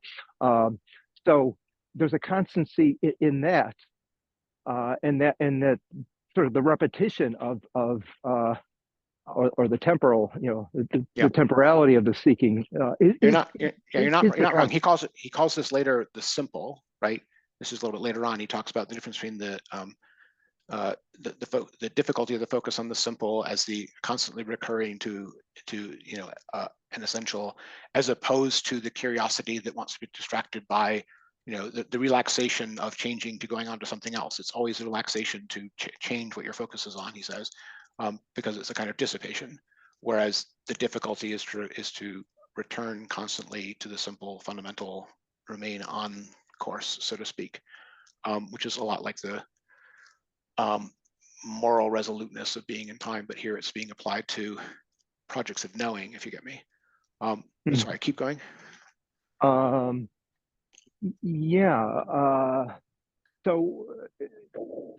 yeah, I mean, and bringing that back to the goal of success in the sciences, I'm continually struck by the quality of constancy, which requires a historical understanding rather than a historiographical understanding, rather than science's historiographical understanding. I think its notion of success depends on, for Heidegger, on its historiographical way of looking at its relationship to its past. And I would say the way in which it looks at its past historiographically leads it to crow about its progress and successes compared to its predecessors. But its actual criteria of success is more technological application and moving along and making another experiment possible. So there are notions of what gets to count as success in progress in the sciences, which are independent of their historiographical read, so to speak, or at least somewhat independent, at first order independent. You're right that he says that the way in which the sciences read their have a historiographical relation to history is that they always look at themselves as the pinnacle of progress over a past that has been surpassed and left and is no longer of anything more than antiquarian interest, so to speak. It's not part of their sense of an ongoing or essential mission, and this is part of what he's going to differentiate from the historical, which knows that or feels itself to be part of a living, ongoing stream in history, so to speak, which is a temporally extended mission, so to speak. So what do you think of the idea that what's needed in order to fully understand the importance of this notion of constancy in being historical is that there's a certain constancy implies a certain kind of a continuity or a consistency, a feeling of being of belonging in relation to at past, present, and future. That there's a certain I mean, that's the way that he talks about it. So it's paradoxical. It's paradoxical, don't you think? Well, I mean, we can definitely get to that, but I mean, honestly, we're getting ahead of ourselves because weren't fully on all of the history things here. But so the goal of seeking itself is as far as we've gotten towards that. So I agree that Okay. these things do jump into each other, but all the things he's saying about what if I go this way, an authentic historical consciousness is about. I want to. We've got some other stuff to get through before that, but the place where there is something like that here is in your constancy you're talking about here. He does not really make constancy of the issue, but he is making an issue that there is this focus on the seeking itself. It's not about arriving at a result, let alone a result that one then deduces a bunch of things from.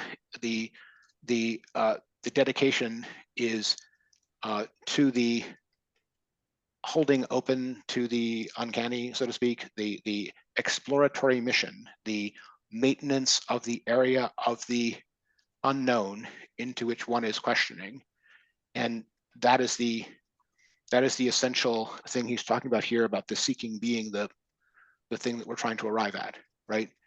The arriving at the disposition of openness that is constantly seeking is the thing he is here relating back to the fundamental disposition of the new beginning. I don't know if that ties enough with what you were wanting to get to from the later stuff on the Yeah, well, I mean, things, but you're right. I mean, we should wait on that. If we're not really there yet in our discussion. Okay. But, yeah. Okay. This is all good. I'm realizing we managed to get through the first 8 pages and we've only spent 2 hours. It's okay. We've gotten to a lot of other things too, but I want to get to this. So the logic business. Okay, so this is turning a page. Why is any of this subtitled a piece of logic? And some of this we have to understand is almost an accident of the history of academic institutions at the time, right? He offered this course with a subtitle on selected problems of logic because that's what the slot was there for. Some philosophy professor is supposed to teach this seminar level thing on, and he gets to pick his problem, but because it's in the slot for selected problems of logic, he has to relate all this to logic.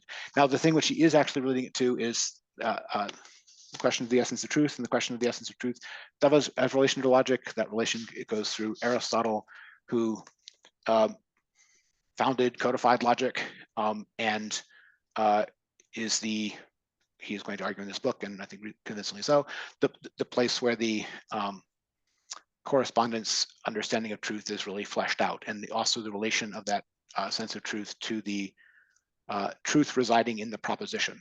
That is very much Aristotle. So the connecting thing between these is that they're all tied to this, the same nest of doctrines in Aristotle.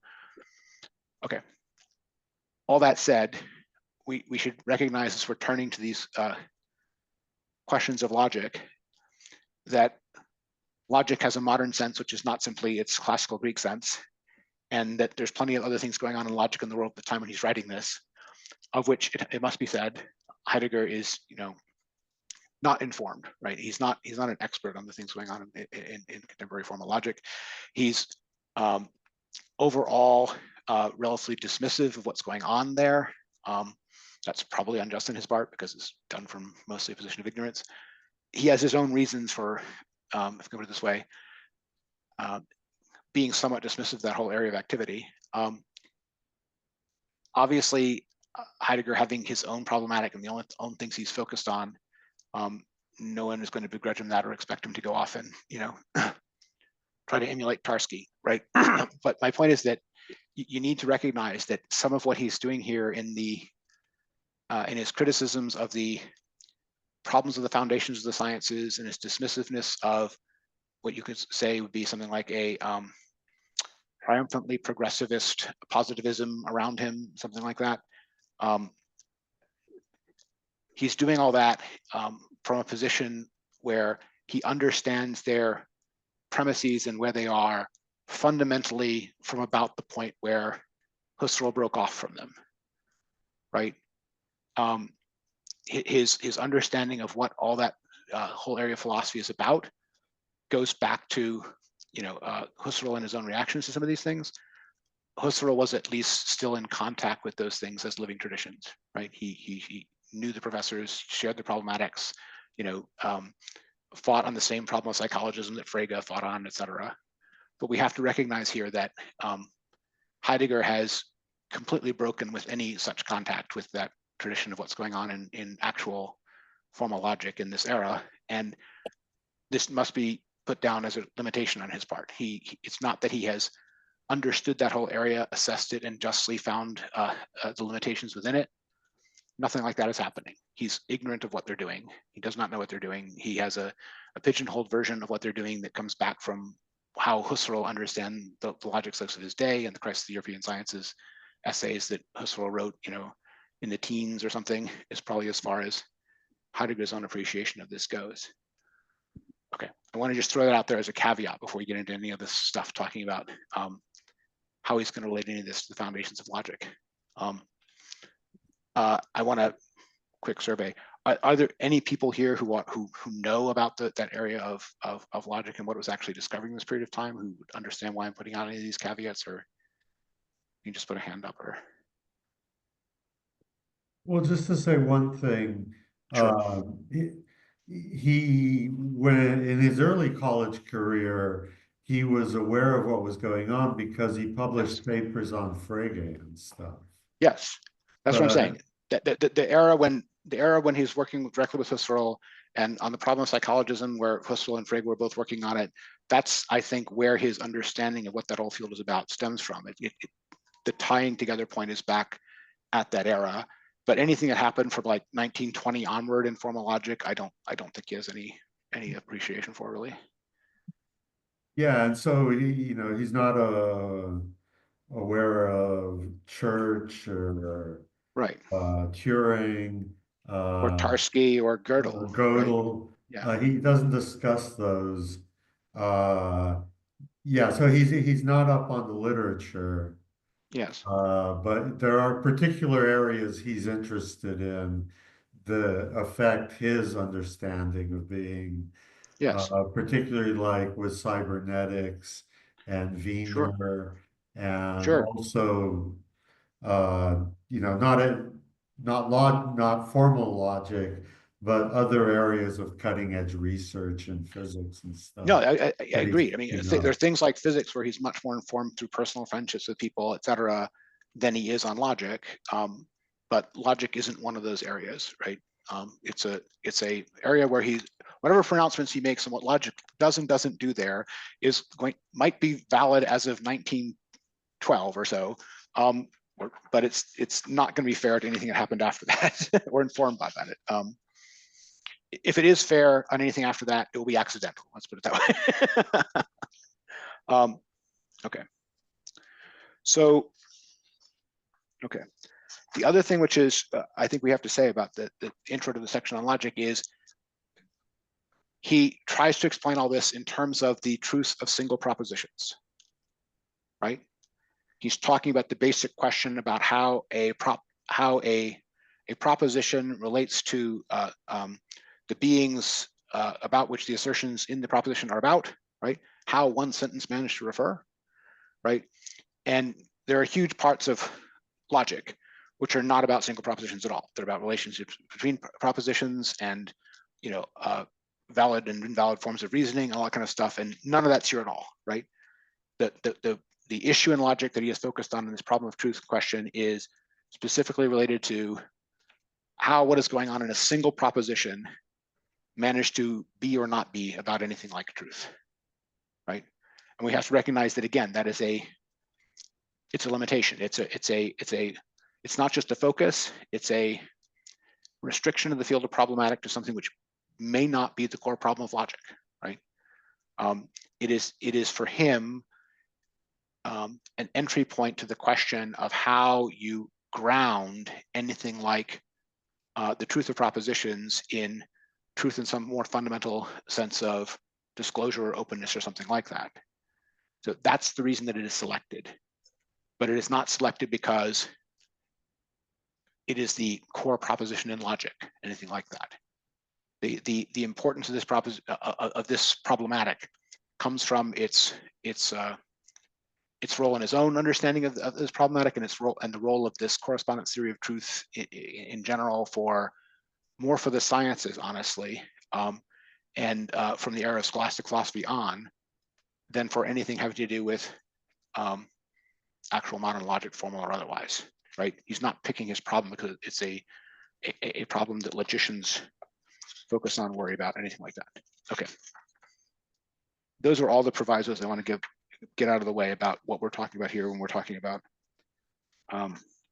calling any of this logic, some of which we only have to go through because of this almost academic accident that he has a subtitle that relates all this to logic. If he had just said that this was a course on metaphysics, we would not have to go through all this. Okay.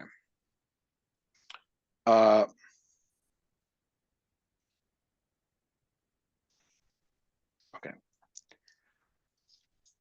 What is the essential point that he starts off with here about truth? He said he's making the point that we care about truth because truth is of value to us, independent of anything about propositions, right? He's trying to establish the order at which we arrive at importance of something like the theory of truth. And it's first, truth matters to us. Only after that do we worry about how we can arrive at or determine truth. And then, especially after Aristotle, locating a locus of truth in the proposition, and whether or not trying to understand what propositional truth is, then we arrive at something like this traditional theory of truth as correctness, as adequation of the thought to the thing, something like that. But why does he lay out that whole order? Because he does not want that order to be reversed, or people to think that that there isn't a interest in dispositional reason for anchoring all these things, right? This is not it's not a matter of simply abstract concern. I'm thinking of the stuff on 10 and so forth. And this is also going to relate to the glancing references to Nietzsche on will to truth, and Nietzsche's own approaches to asking the question of truth, right? Heidegger is going to, at various points along the way here, say that no one has raised the question of truth in the sense that he means it. And that's a historical claim that has to be checked against what people have done in the past, right? To see how true or not it is. The one that he brings up most closely there is probably Nietzsche, who certainly makes truth a problem, especially in Beyond Good and Evil, I would say. But mostly he's just mentioning these things to claim that they are all agreeing with Plato and Aristotle in fundamentals, whatever else they're doing, right? What has to say, if this is true of Nietzsche and true of Kant, it's news to them. They weren't trying to do that. Okay. Anything first on this question of the general framing of any of this is related to logic, and then honing in on Aristotle as the place where this relation of truth to the proposition is set, and then the claim that it is never unset thereafter. Yes, I would just say that in terms of keeping up with the latest on logic, that he's just concerned with Aristotle. And after the posterior analytics, it's just historiological details. He's going to explain it in terms of Aristotle, and that's what students need to know for the purpose of this class. we can hear the jocularity in your voice, right? But obviously Kant thinks he's teaching people critically important things about logic, and Nietzsche thinks he's undermining accepted things out of Plato and Aristotle that he thinks he's fundamentally overthrown in various ways, right? And those claims don't get very far here. Sorry, Josh. Well, I'm puzzled as to what aspects of logic post Husserl that would not be amenable to the kind of critique that Heidegger is launching, because I really distill it down into the terms of, well, when Heidegger talks about the assertion, SSP, and what's crucial here is a relation between two entities. I don't know, is there any kind of modern formal logic in which that is not involved? Not that it's not involved, it's that there's serious attempts to understand what is and isn't essential in anything like that. So you get attempts to give semantic definitions of truth, where the question becomes not of a single proposition, but of a whole set of propositions. Is there or is there not a set of coherent namings in the sense of references to things that can make the sentences in a theory true, right? And which is a matter of not a single proposition, because for any single proposition, you can make it true or untrue by moving around the things to which the terms are referring in interpretation. And but that isn't the same thing as saying, is there an interpretation that leaves the claims of the theory true, right? And then what are the requirements for that? How tight or loose are they?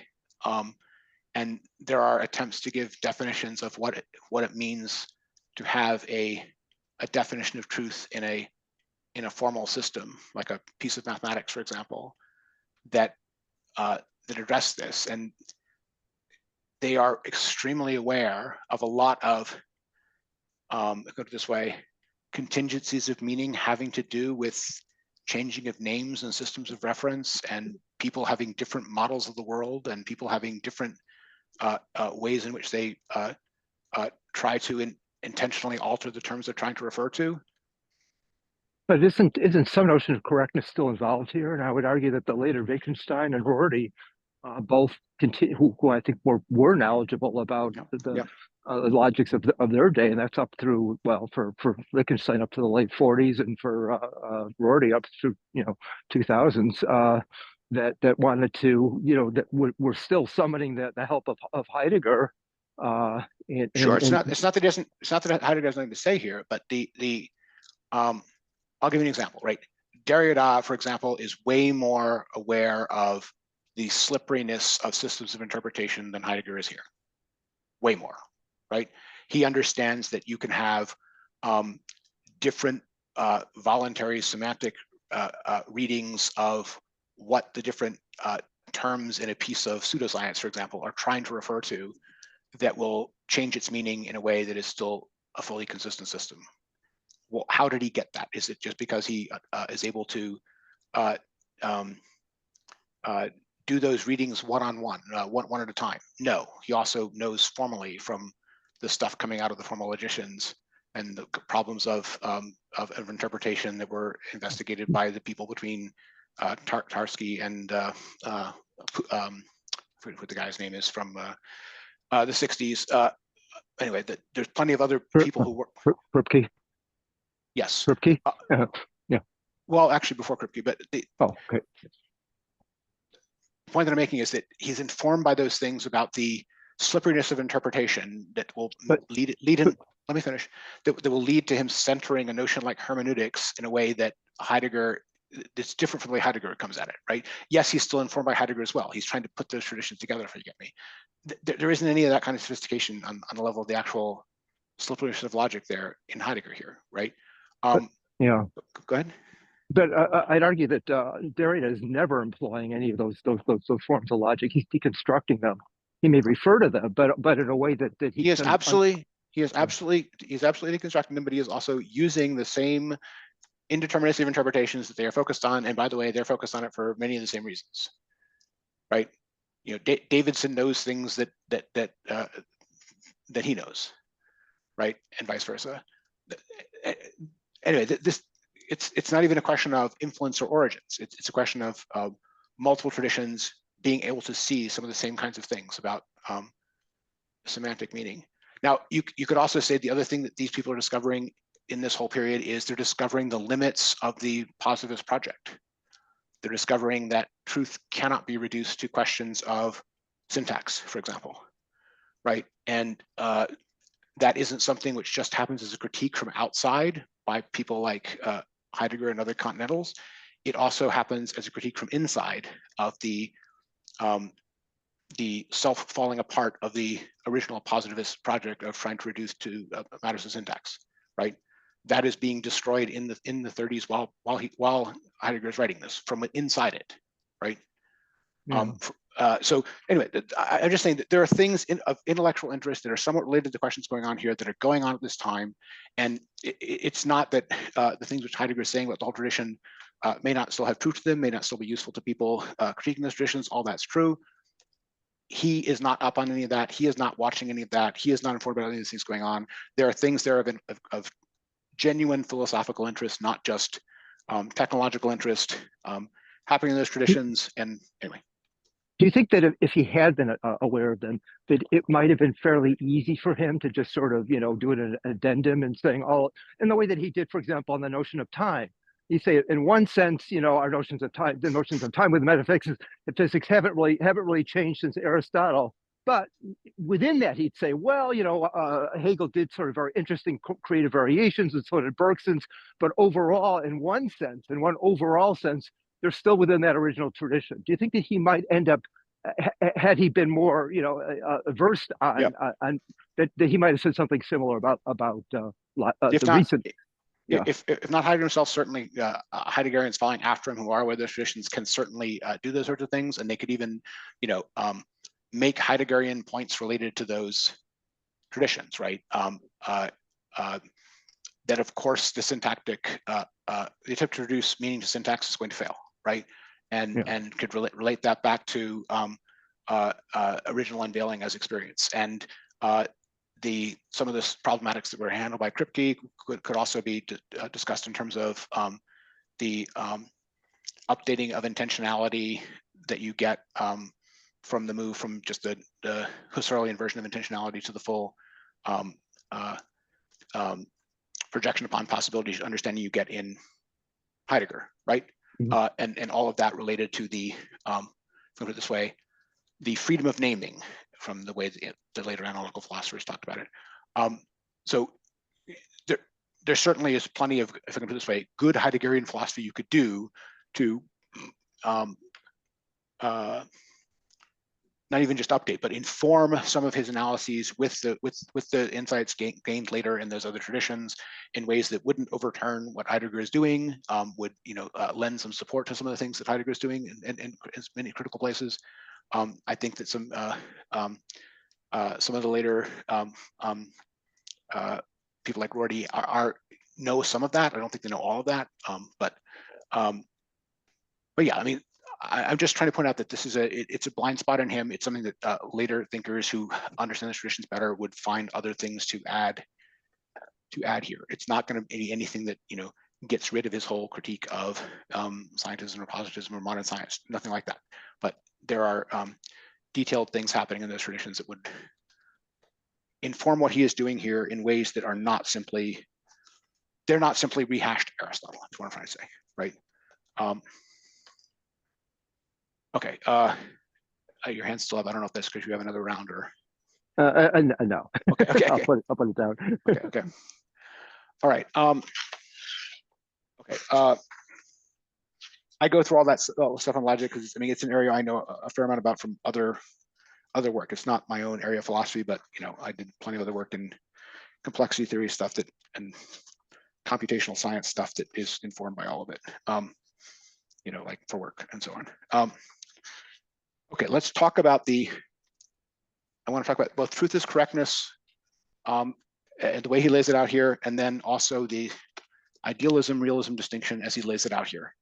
My first question is, I think that everybody probably gets the basic truth is correctness story that he lays out in this very, very early section, but I want to give anybody a chance to ask any question, no matter how naive they might have, about what he means by a correspondence theory of truth, or truth is correctness, or truth is adequation of thought to thing, or any of those different formulas, all of which are meant to be formulas of exactly the same thing. Does everyone think they understand what is going on in that idea of the traditional concept of truth as correctness? Ask your questions about it if you have them.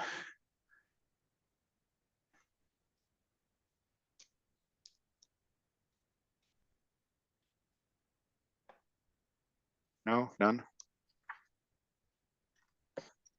I will note that compared to the essay we had last time, he doesn't go through any of the business of material truth that he went through in the previous essay. He's just talking about the proposition, trying to refer the stone is hard, propositional representation. Okay.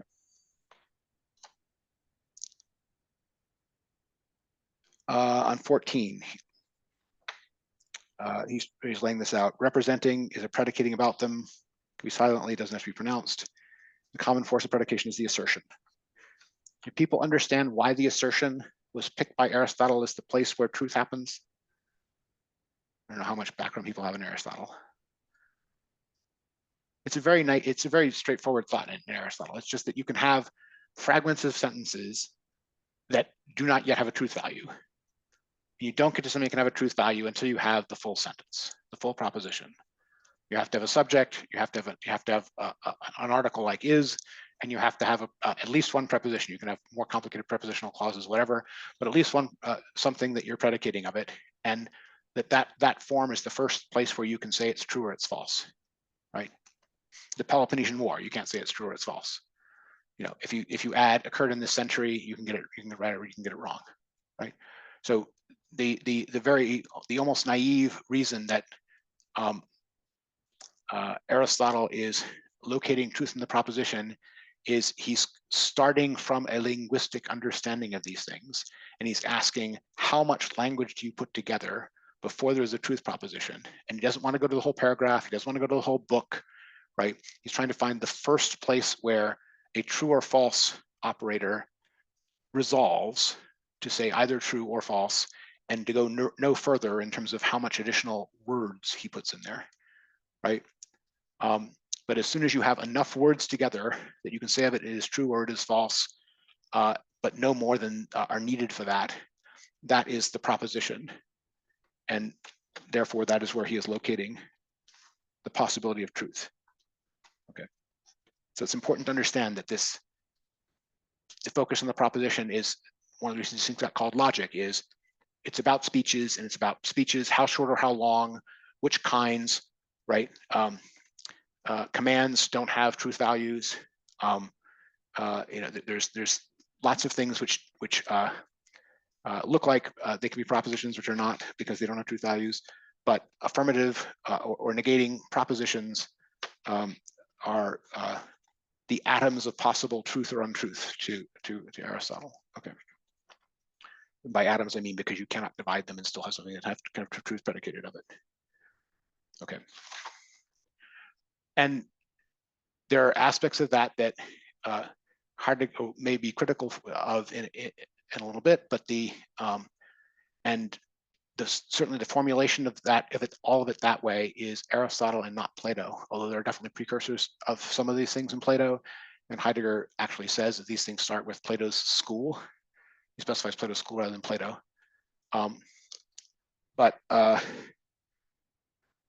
Okay, I'm just trying to explain why any of this is logos as the proposition, as the place where truth is correctness happens.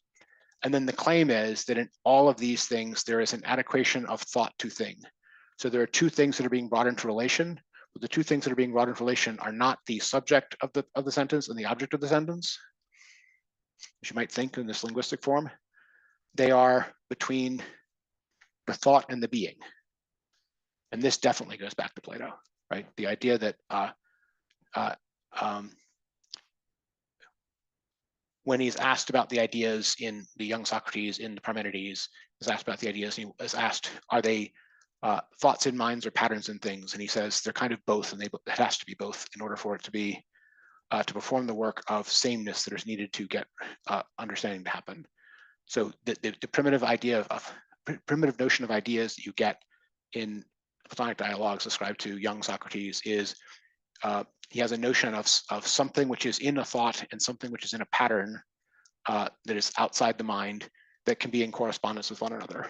And they're in correspondence with each other by both being in correspondence with the third thing, the idea. Okay, there's all kinds of arguments against that whole theory, against that whole understanding, but this is the version of what is in correspondence with what when truth happens, right? A pattern in things and a thought in the mind. Okay.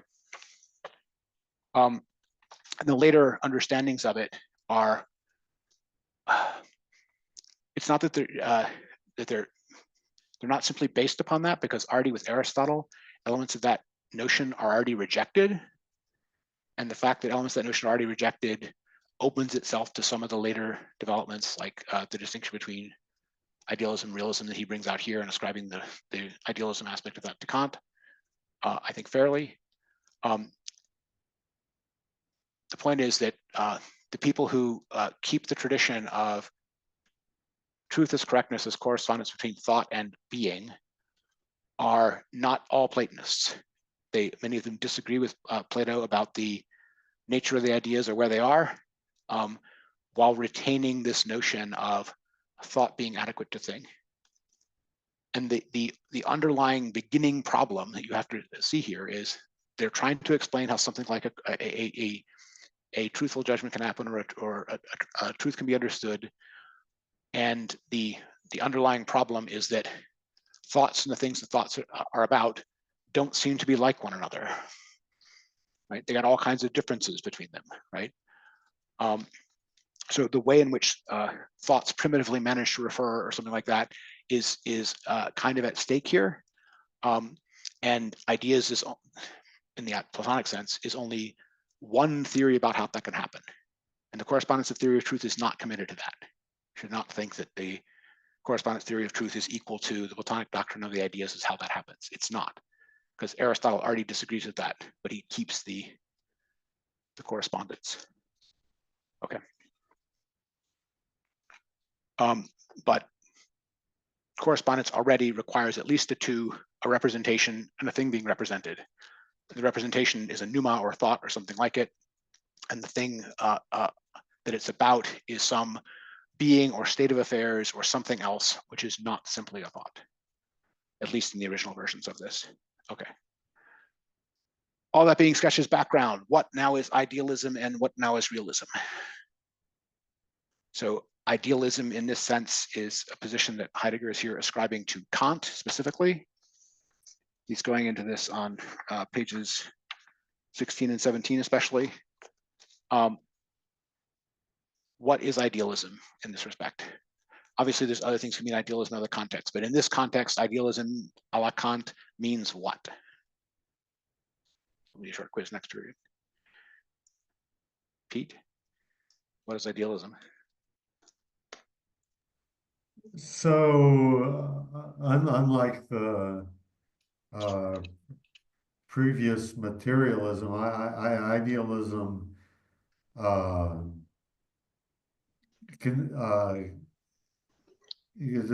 truth can be just about ideas and their relationships. It's certainly the case that truth can be about ideas and their relationships, but idealism is not simply the proposition that in addition to like material truths, you could also have truths of mathematics, which are purely ideal. That's not idealism. A la Kant is meant here. What he means by idealism is the notion that when I have a true thought, the correspondence is not between my thought and the being, because I never get the being to be in the same order of things as my thought. What gets into the same order as my thought about the being is the thought in me triggered by the being. So the phenomena, the appearance in me. So the rock is brought before me, and the rock being brought before me triggers some phenomenal experience in me.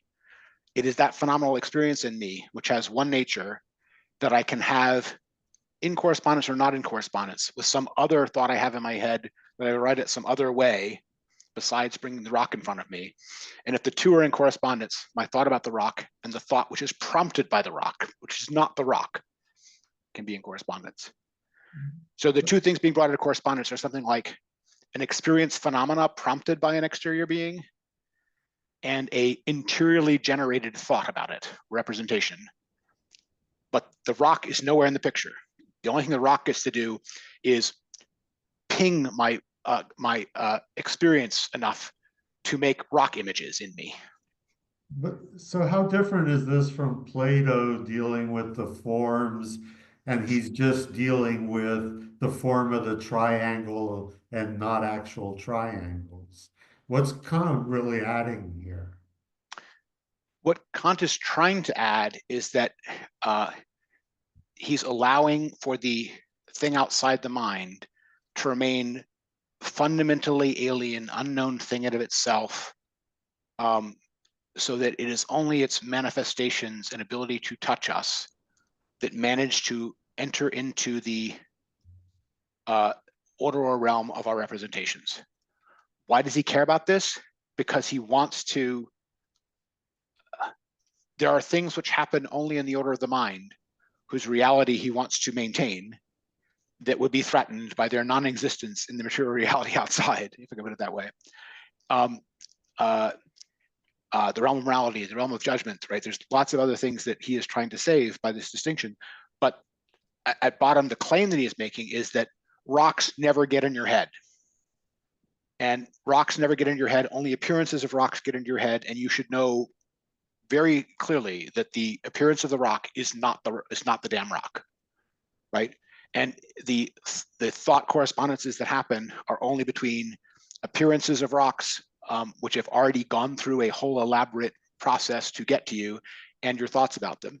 The other thing that this does for him is he can say that a whole bunch of things that appear to you to be the case about the rocks you experience weren't put there by the rock, but were put there by your receiving apparatus, right? And all kinds of things that you have as your a priori map before experience of how things can possibly appear can be put there by the receiving apparatus and will show up in all of the appearances, even though there didn't have to be anything like them outside to put them there. Okay, so Plato in the end depended on the phenomena, and Kant doesn't. Well, Plato uses the word idea for it because idea means outward look, and outward look is like a surface of things. But the claim in Plato is that the things that the mind apprehends as the surfaces and things, which are not merely the appearances, but which are meant to be noumenal essences. They are distillations from the appearances, but those distillations from the appearances that have this idea-like character are also, material form is of the same nature, is the fundamental claim. That not the matter, but the forms of things and the way in which not the thoughts themselves as biological ongoing things, but the things the thoughts are about that we're trying to refer to, right? Those have, the relation between them is not simply one of one being like the other. The relation between them in the case of radical understanding is identity. The same pattern in the things, the same thought in the mind, because both coming from the same abstract mathematical idea, right? So he wants to explain the correspondence between these two orders of material reality and not even material reality, the underlying forms organizing material reality and the noumenal forms behind thoughts, the mathematical physics versions of thoughts, right? That those two things can come into correspondence with each other because they're both fundamentally bits of true math, if I put it that way, right? That's the Platonic notion of how that works. And there is from the standpoint of someone like Kant, an almost ridiculous overconfidence that our mathematical concepts are how the actual physical external world actually works, involved in that from his point of view. Sorry, tons of questions, so I got to give you a little chance. Dan. Yeah, I remember in the critique of pure reason, Kant is, at some point is trying to say that it's a scandal that the real world, there is not a proof for the existence of the real world. And he's trying to give some kind of proof, and you realize that in fact is a failure. He cannot prove it from his idealistic system. And I think Heidegger at some point makes fun of that, that in fact, he didn't prove anything. It's something like that those impressions are constant in time or something like that, but that's the most Kant can say. So I completely agree with you that Kant is an idealist. It's a total idealist, and everything happens in the representation and so on. Well, yeah, I mean, and Heidegger here is insisting that Kant is the person who really makes idealism as a position rigorous in this sense and consistently adheres to it. In terms of what Kant can know about the external world, he does have the transcendental deduction that will try to tell him that he knows that it exists from the fact that it phenomenally appears and so forth, but not much more he can know about it. But that's against skeptics like Berkeley. It has a very limited target. But sorry, Ella. Yeah, but I think it is important to note that Kant does at least pause, even though he has an idealist framework, he does posit that there is a reality, right? Absolutely. Berkeley doesn't. And that's a big step in the right direction, I would say. And so, you know, if I'm walking down the road and I see a thing, I don't know if it's a tree or a person in the dark, right? I pause it first for my safety. Okay, it's a person, and maybe a lot of ensuing thoughts, what I might do, turn around, run, walk forward and say hi, whatever. But based on my safety concerns, I get closer and I'm able to perceive, oh, it's a tree. Now the tree as such, in its reality, its essence, is coming into my thoughts. Now, at that point, it seems that Heidegger is saying, well, that is in a sense disconcerting to your own being when another object comes into your actual being and you perceive it. So my thoughts are you sort of for Heidegger, are you sort of making it up as you go? You know, it may be reality, it may not be reality, but based on your own needs and what you need to survive, you know, you're going along, but then reality can have that space and come in, and it sort of just breaks that kind of thinking up. And if you open up to it, right, you see, oh, we're I think going too many steps down a road without the previous ones having been established. So Heidegger himself is definitely not an idealist or realist in either of the senses he's talking about here, and he's going to explain why by the end of the passage, where he's saying that by moving to this ground of the open, he thinks he has exploded the distinction between them by questioning the ground on which they both stand, something like that. And in the what is called Thinking book, where he talks about standing before the tree in bloom, he will come down on the side of a openness to the reality of the present tree in its full event-like character that completely throws over anything like a Kantian idealism or even an instrumental scientific reduction of the tree to a bunch of gossamer charges floating in space, something like that.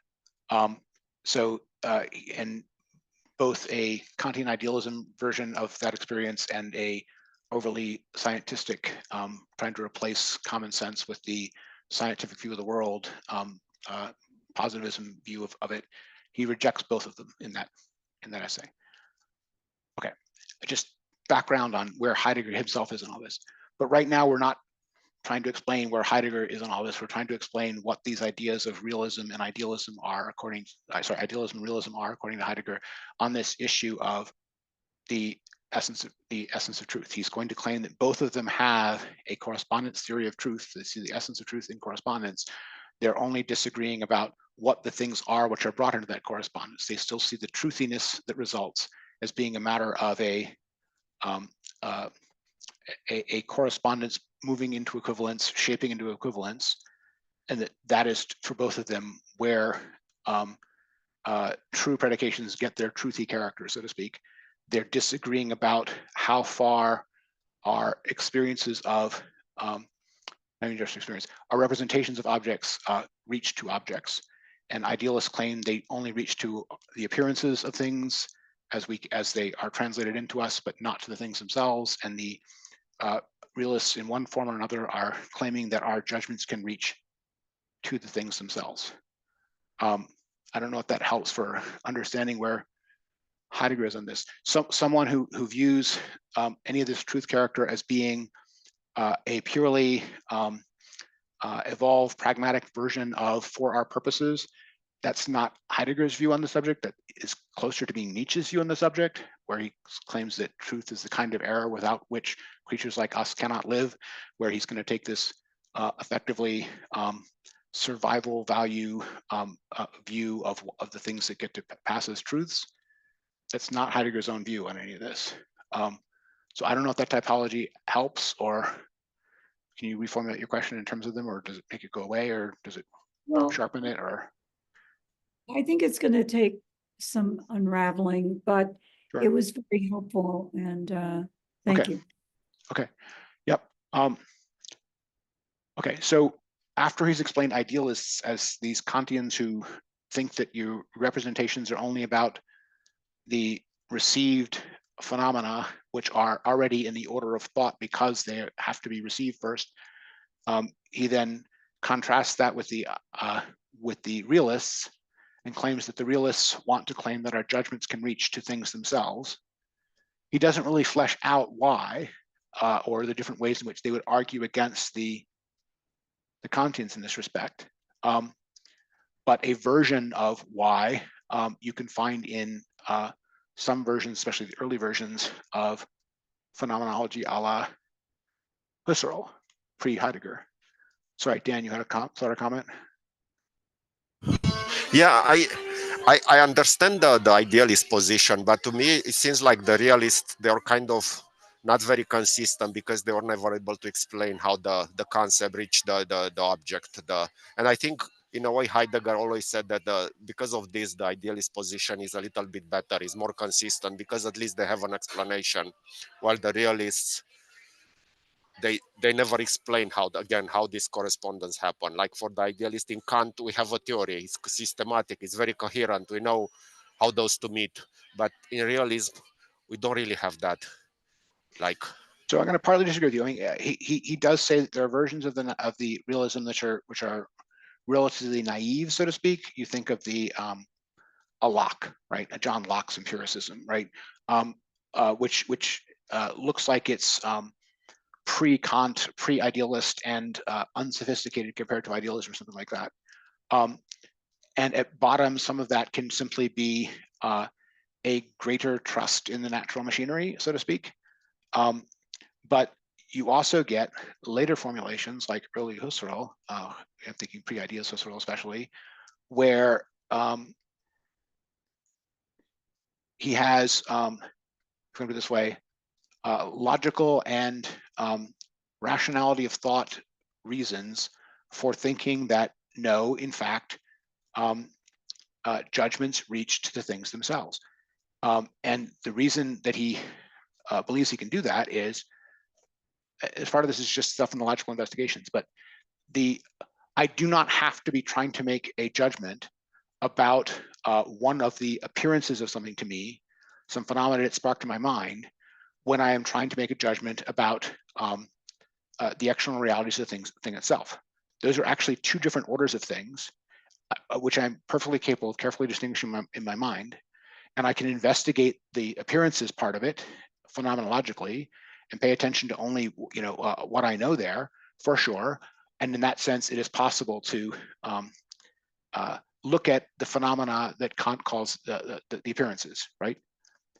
But I also can try to make claims about the exterior realities that that only cause those appearances. And whether or not those succeed or not is an empirical proposition and not a theoretical one.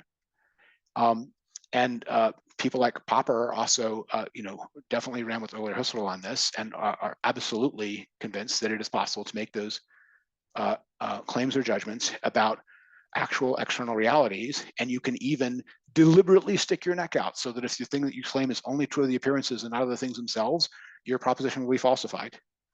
You don't have to try to make a claim which is more supportable by the evidence. You can deliberately make a claim which is less supported by the evidence because it's a more heroic claim that if you can prove it or at least confirm it, tells you more about the world, right? And I think that in the analyses that people like Husserl and Popper did on this question, they're just correct that now Kant can be very pessimistic about all the things they're trying to do. A Kantian can be very pessimistic about all the things they're trying to do.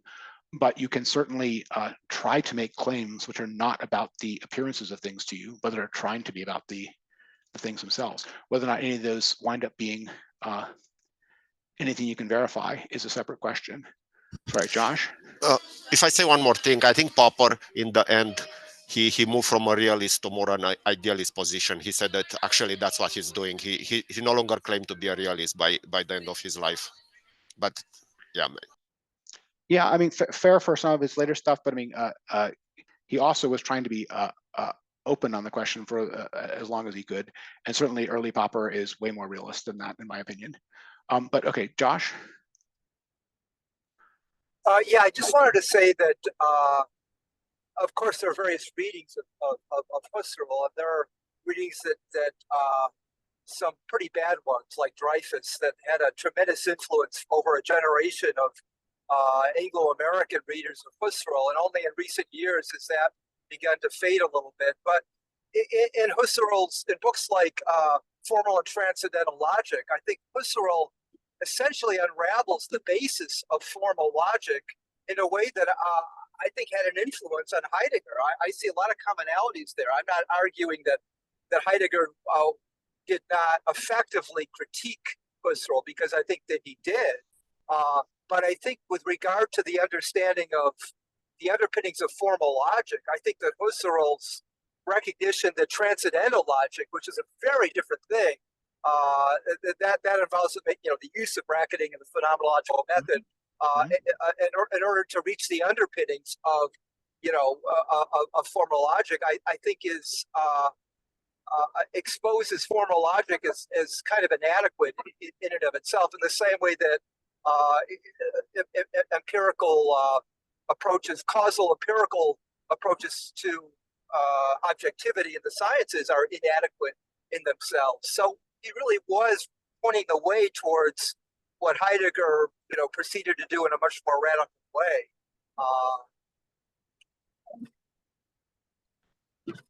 I'm not disagreeing with that, especially in terms of how much of that is a criticism of a specifically narrow positivist program that was ill-conceived from the beginning, so to speak, where it wanted to get theories to be about masses of experiences or something like that, which was an attempt to a kind of neo-Kantian attempt to keep all of the content of whatever sciences needs while still having the things they referred to never get beyond the realm of things which a Kantian or neo-Kantian could view as an area of appearances, something like that. But I think that some of the claims that early Husserl makes, pre-ideas Husserl makes, logical investigations Husserl makes about, if I can put it this way, the freedom to refer, get taken up by later traditions of philosophy, people like Kripke and so forth after him, in ways that readily wind up on the realism side of the divide that Heidegger is talking about here, right? It doesn't mean that is entailed in Husserl's position, but it can be used for that and has been used for that. I just don't want anyone to think that anything that comes out of the phenomenological tradition winds up on the idealist side of this divide, not remotely. And Heidegger himself is about to tell us at the end of this passage that he regards this divide as of limited utility anyway, because it's from his point of view, it's a fight happening between people who have already agreed that truth is simply correspondence without noticing the open that is required for it, something like that. But even in that discussion, Heidegger is certainly not coming down on the idealist side of it. He's sometimes thought to, but he's clearly not. And I think later Heidegger is. I'm thinking of the what is called thinking era Heidegger. I think is very clear on that point. But Josh, you have another thought on that? No, I mean, I certainly agree with you that writers like Furby can, that took Husserl and they pointed him in a particular direction. Of course, the same thing. One could say the same thing of Wittgenstein. Yes. So, and I guess the only thing I'd add is that according to the interpretations of Husserl that I favor, that he, like Heidegger, but again, not in anywhere near as radical a manner, transcended the traditional idealism, realism binary. I would agree with that. Yeah. Okay. Okay. Other thoughts on the realism, idealism distinction he's making in 1718, etc. Okay. This leads us to kind of the meat of the whole, not only the whole first section, but our whole reading. Obviously, there's other things he's going to get to as side things. We want to spend some significant time on the history stuff, but this fourfold unitary openness. Now, I want to just quickly. How many people here weren't here for the last time when we went through the Essence of Truth essay? I'm asking because some of the ground here is similar. If you weren't here in the December meetup, please pipe up, put a hand up, or let me know. I was not here. Okay. Anyone else? Okay. I'll go over it anyway.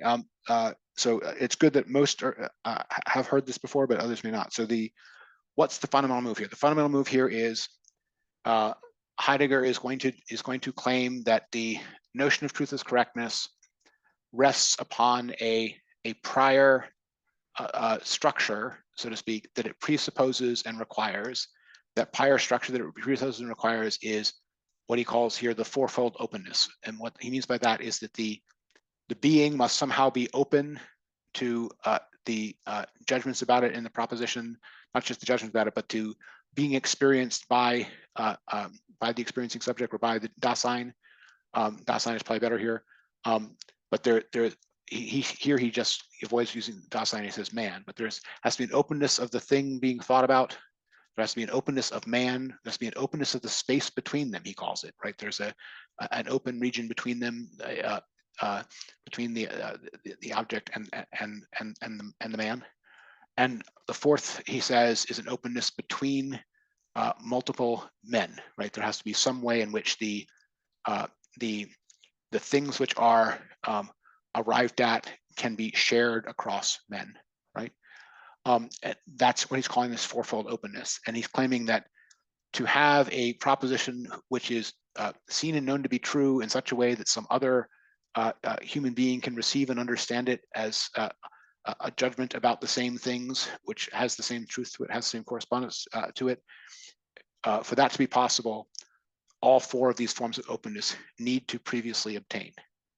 There needs to be an openness of the being, an openness of the man, an openness of the region between them, and an openness across the men. Okay. First of all, is the claim clear about why he is saying that that openness is required for anything like a correspondence theory of truth to occur? And then I'm going to immediately have a question.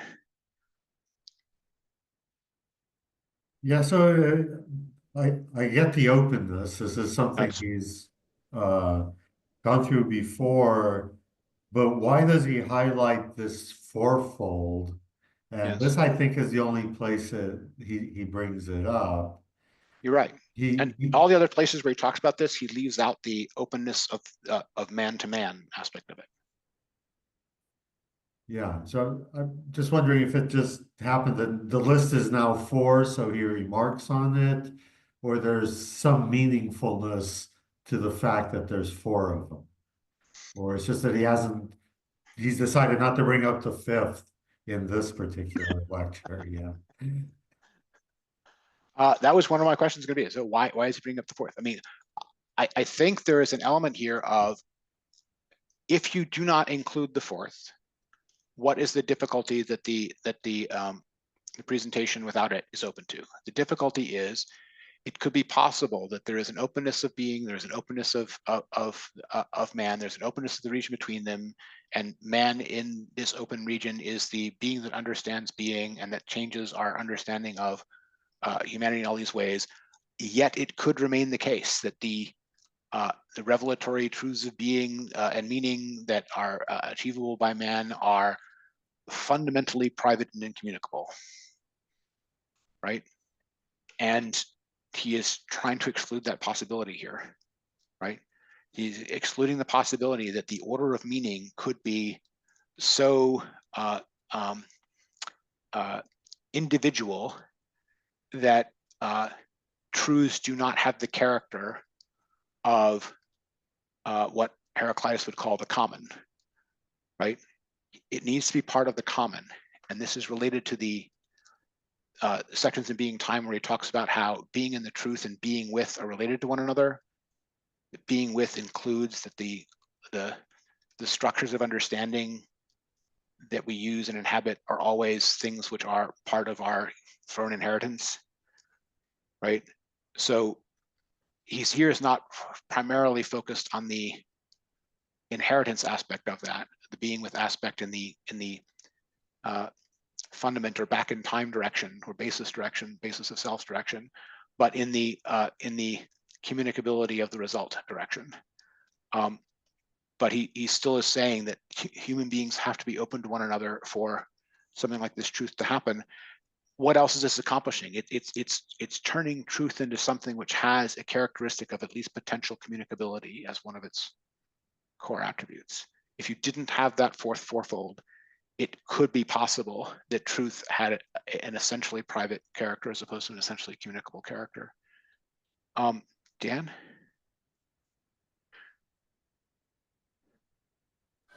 Yeah, I took it in the same sense, like logos, a statement. It's something that you put there in the open for other people.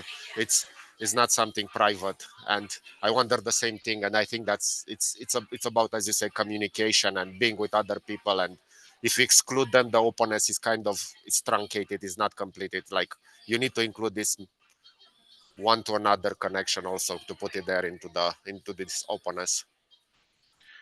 Right, but I mean, it's still problematic because it's not a relation that each individual has to language. It's a relationship they have to each other, right? You could, I mean, a Wittgenstein could easily turn all this into a translation problem in different languages, something like that, right? You can make it all about the medium which the communication is represented and the way in which the structure of that language, structures the possible shareable thoughts, something like that. Nothing like that is happening here. Instead, it's an openness. The openness that the individual has is not just towards the being and the space between. It is also an openness towards other men. Sorry, Pete. So if the structure of the openness also includes the openness shared with other Daseins, then that precludes solipsism. Yes. Because the structure itself says you can't have solipsism. Yes, but so does even the word open, because solipsism is fundamentally saying that the mind is something closed in itself, right? So if you can already reach out to being, and the region between being and man is open, then you're already out of solipsism. But yes, it does preclude it, but I think it's already precluded even by the threefold version of the open that you get in the previous essay. It's just, there is a more social being with version of the open that is being insisted upon here. Josh? I don't know. This may or may not be relevant. It's probably something that would be more appropriate to put in the chat, but I'm just going to throw this out here in case somebody wants to investigate this later. But in the turning, he talks about the fourfold in terms of the mirror play of the fourfold of sky, earth, mortals, and Sure. divinities. I just thought I'd throw that out there. I don't know. Oh yeah. Oh yeah, there's lots of fourfolds in Heidegger, and the other ones are not this one for sure, right? I mean, the most common fourfold is earth and sky, gods and mortals, but you also get earth and world, being and Dasein. You get this version of a fourfold openness. These do not all line up with one another. They're not all the same thought. But does he like fourfolds that encode multiple distinctions? Yes, he does. Right. All right, I got my answer. Yes.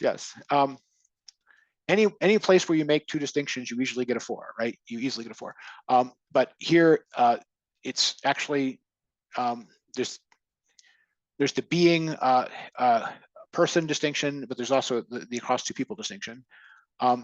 You could easily try to incorporate the across people distinction by just having the relationship to beings include the possibility that the being to which one is relating is language or another person experienced as a being that has its openness as a being. That would not suffice here because the manner in which a being is open as an object is not the same as the manner in which a being is open as a fellow Dasein with which one shares truth, right? So imagine you have an extremely empiricist positivist is sure he's not a solipsist, but he's not sure that he's not the only non-NPC in the world. He's the main character, and everybody else he can treat as an object who he knows by their responses, right? And he's a behaviorist, so he just understands everybody else behaviorally as objects in terms of how they respond. He still treats them nicely because he wants to be treated nicely himself, and whatever, he has his own version of morals in a behaviorist world. But still, he does not recognize the place or site where truth happens as being a distributed thing across different human beings, but he thinks of it as something which he has to arrive at himself in communication with other human beings and other AIs and other material objects he can experiment on, which he treats in one general continuum as source of information for his main character mind, right? That is exactly the view that Heidegger is here trying to get away from by introducing this openness to other minds as its own dimension. I put it to you. Dan? Yeah, I think Pete said something here that actually is not man to man. It's more like Dasein to Dasein. It's an existential structure here. So I don't know why Heidegger is kind of falling back to man, and I don't know how it was in German, but it's, as Pete said, should be Dasein to Dasein. Well, he definitely avoids Dasein here, and in the sections in the first draft, often the appendices, as someone pointed out in the beginning, he explains why he didn't use Dasein. You can go read that in the appendices if you want, but basically he was worried that if he said Dasein here, too many of the readers / students would insert their own understanding of the human subject there and not be able to hear what he was saying about the open, because they would have their own model of subject. They would read Dasein as subject, and by saying man, he is avoiding that. He's avoiding a tendency of people who knew him only from the being time level to misread Dasein as a replacement for Husserlian consciousness and to read it entirely as a subjective pole kind of thing. And in the appendices, he explains that he deliberately avoided using the word Dasein to avoid such misinterpretations. Okay. Okay, so all of that is just talking about why this fourfold has the fourth moment of man to man. The thing which is actually accomplished by this recognition of the necessary openness is to, having found the condition of the possibility of correctness, he thinks that this underlying openness, he says this more in the other essay than here, can with greater right than correctness be called the essence of truth. The essence of truth is this field of the prior openness, something like that. And he's making the claim here that because this prior openness is required, the ground of the not only is the ground of the distinction between realism and idealism in the previous sense kind of done away with, but I would say even more pointedly, the underlying initial motivation for idealism in the Kantian sense has been directly denied, right? For anything like correspondence to be possible, there needs to be enough of an open for the being and the person to come into correspondence. The openness between them is kind of exactly what Kantian idealism was denying. Kant was claiming that that was a closedness, not an openness, from Heidegger's point of view. And Heidegger is basically saying that how to put this? The possibility of truth itself depends upon an openness of comportment that the human beings have towards being, and that openness of comportment is not a comportment only to themselves. In the language of being in time, Dasein is ecstatic. Dasein is outside of itself. It is open to the world. It is all window. It is not locked up in its own head. Josh? Well, with that, would you argue then that the possibility that deception is a possibility still? Because I would say that if the answer is yes, then the possibility of being deceived it still implies some notion of correctness. I would agree with you. It is still certainly possible to be deceived, and it's possible to be deceived knowingly and unknowingly, so to speak, voluntarily, involuntarily. That is, it is possible for one person to deceive another knowing the truth, and it's possible for one person to deceive another not knowing the truth. It's possible for a person to deceive themselves trying to know the truth. And in that sense, there is still definitely a possibility of something like correctness or incorrectness of perception in that sense. But there has to be the prior openness, and he insists upon it more in the other essay than here, and the experienced ideal of a prior directedness to conform to the thing towards which one is comported, right? There is a prior directedness towards something like adequation or something like correctness. It's not simply an optional. It's not simply a subordinated to one or another of my purposes, right? There is a prior norm slash implied, not even correctness in the sense of correctness of the outcome, but correctness of the comportment towards truth. And how can anything like such a pre-given directedness occur, is the way he puts it in the other essay that we read last time, right? And in order for a pre-given directedness to occur, this is at the level of the attunement itself, the dispositions of the attunement itself. And that's a capability of man, a capability of Dasein, and one that has its own norms smuggled into it or included into it. Okay. And that's, from the standpoint of some other philosophies, a strong claim. He's not making a weak claim that is only as far as the narrowest reading of the evidence can extend, or something like that. He's claiming that this pre-given directedness to conform the judgments to the way in which the thing actually presents is included in the open comportment itself, right? Dan? Yeah, I'm trying to, I don't know if it's in this book or another book that I'm reading now by Heidegger, but he said something that in this business of concealing, unconcealing, actually, the more you go into it, the risk of errancy, it's even higher than in the correspondence. He's saying something like that. So it's actually sure. This space it's even more dangerous than the other one. He's saying, and the more you go into it, the more sure. likely We haven't even gotten. You're absolutely right, but we haven't even gotten to errancy. I mean, the point he makes about errancy in the other essay is that even when you have full correctness, it is possible at full correctness to insist on the foreground that it knows and deny the concealment out of which it came, or deny the broader context, or deny the mystery behind it, and that can lead you into errancy even when you have full correctness, right? Openness of comportment is not simply about arriving at the correct judgment in the sense of correspondence. Yes, there is a pre-given directedness to correspond in that way, but the open comportment is also directed to understanding that as an appearing out of a background open, and to be open to that, and to understand the background of mystery involved in all that.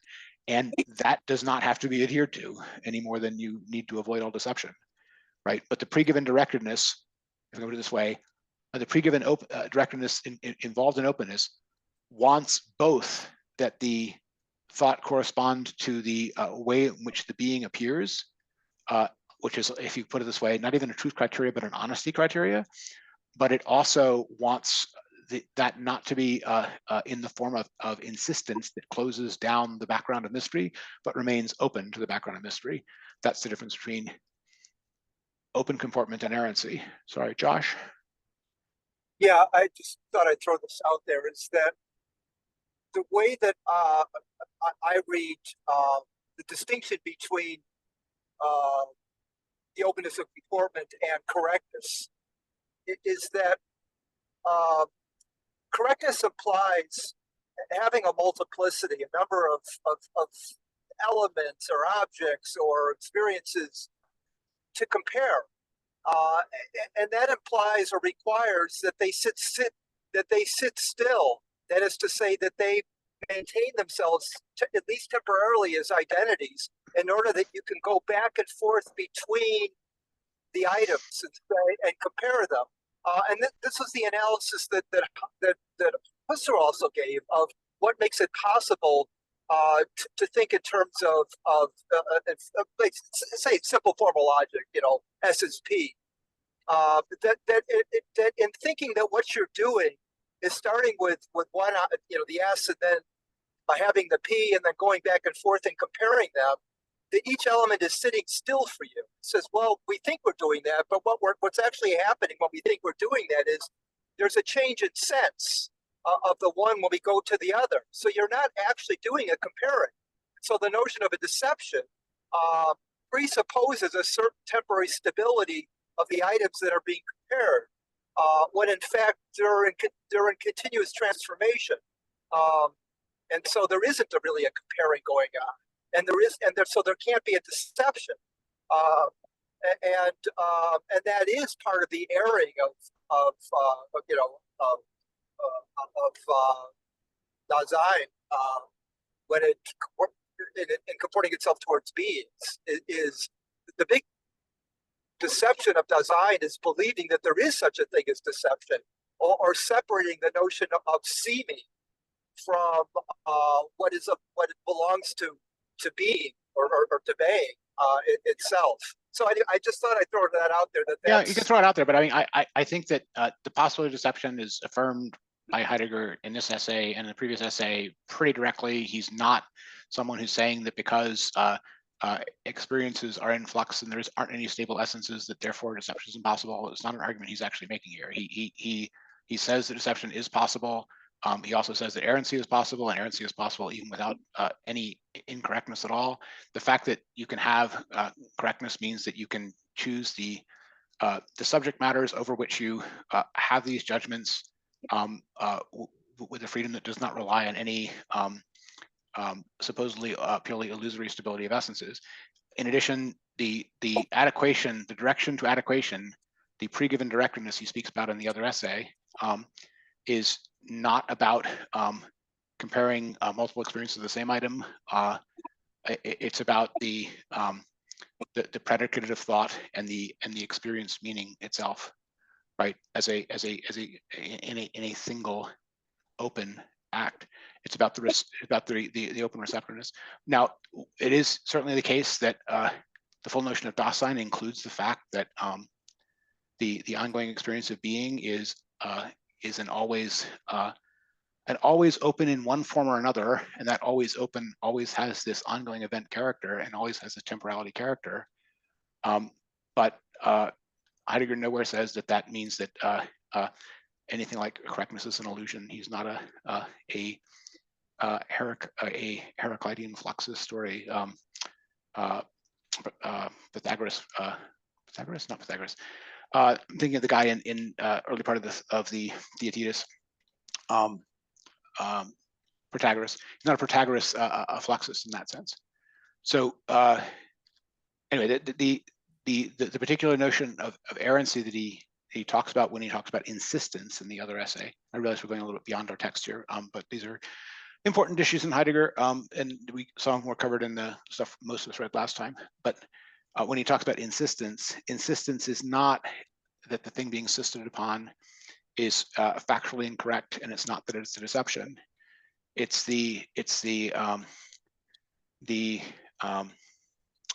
over-centering of the partial truth to the exclusion of the mystery remaining, if you get me. It is it is what systems do when they try to explain everything without leaving the gaps and without acknowledging the background of mystery in which they occur.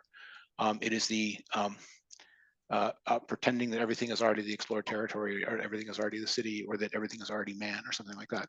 That's the particular thing that he's talking about as the errancy of insistence in the other essay, which he thinks is how he would characterize the career of metaphysics, honestly, and the particular kind of thing that both systematizing metaphysical philosophy and modern sciences, it's their normal way of having errancy about them, which is not that things they contain are not true, but that the things they contain are partial truths that they pretend explain more of everything than they do without leaving open the actual background of mystery in which appearing happens. That is, that they conceal the concealment, if you get me. But again, this is some of this will be differences in interpretation between myself and Josh, and you're welcome to consider both of them. I think we've covered this single move. I wanted to point out in the structure of the single move, I'm calling it, where you go from the correspondence theory of truth to the openness that it requires, that the nature of this move is a conditions of possibility kind of deduction, very similar to, it's not exactly the same as, but it's very similar to those that you would find in Kant. The evidence being appealed to is very similar to the kind of evidence that is appealed to in Husserl. The fact that the underlying thing is getting at this openness of comportment can be thought of as a kind of strong generalization of the notion of intentionality that was there in earlier phenomenology. And we see all the ways in which that openness of comportment is critical to Heidegger, includes things down to dispositions, and it includes the practical, not just the theoretical, etc. The non-verbal as opposed to along with the verbal, it includes way more than representation. Is the point that I'm getting at, and in that is a significant expansion of what simple intentionality was for the earlier phenomenology. But main thing I want to point out here is on the main line of going through truth is correctness to some other version of truth. This is the only substantive step taken in our reading, right? In our first 50 pages, a lot of the other things we've been talking about are ways of understanding what it means to take a step like this, underlying dispositional motivations behind taking a step like this. There's a whole lot of background and handling around it. But in terms of the actual unfolding of the argument of what we're learning about the nature of the essence of truth, this is really the only fundamental step taken in our reading so far. There'll be others taken in the subsequent readings, but if you have any doubt about it, read that section on the section 8, starting on page 18 again, and its recapitulations. It's the key single move to fully grasp here. Okay. We are really getting a little long on time. Dan has a thought. Yeah, I can argue that, in fact, this is the only move that you need to make here. If you make this move, you follow Heidegger, because I think that the people who are to stay with the correspondence, the truest correspondence, they never able to make this move. And they like, and again, I can argue that this is the not the is the single move that is important here, to accept this kind of, that there is something behind it and there is this opening. And once you go there, I think the rest fall into place. I think there are other moves in Heidegger, and that doesn't give you everything else, but it is definitely, it is the most important single move he makes in his whole series of discussions on the essence of truth. The other one I would say that lines up with this in a way is the whole discussion of aletheia, because he thinks that this is something that was glimpsed before, right? Something like that. There's something in the notion of aletheia as unconcealment, which is was already in its own way, if not directly articulating it, aware of this region of the open and of the nature of this open, something like that. And that's a way in which he grounds this thought in a earlier tradition, and it from his point of view changes the way we look at the first beginning, changes the way we look at what was accomplished or not accomplished or left unthought in Greek philosophy. Sorry, James.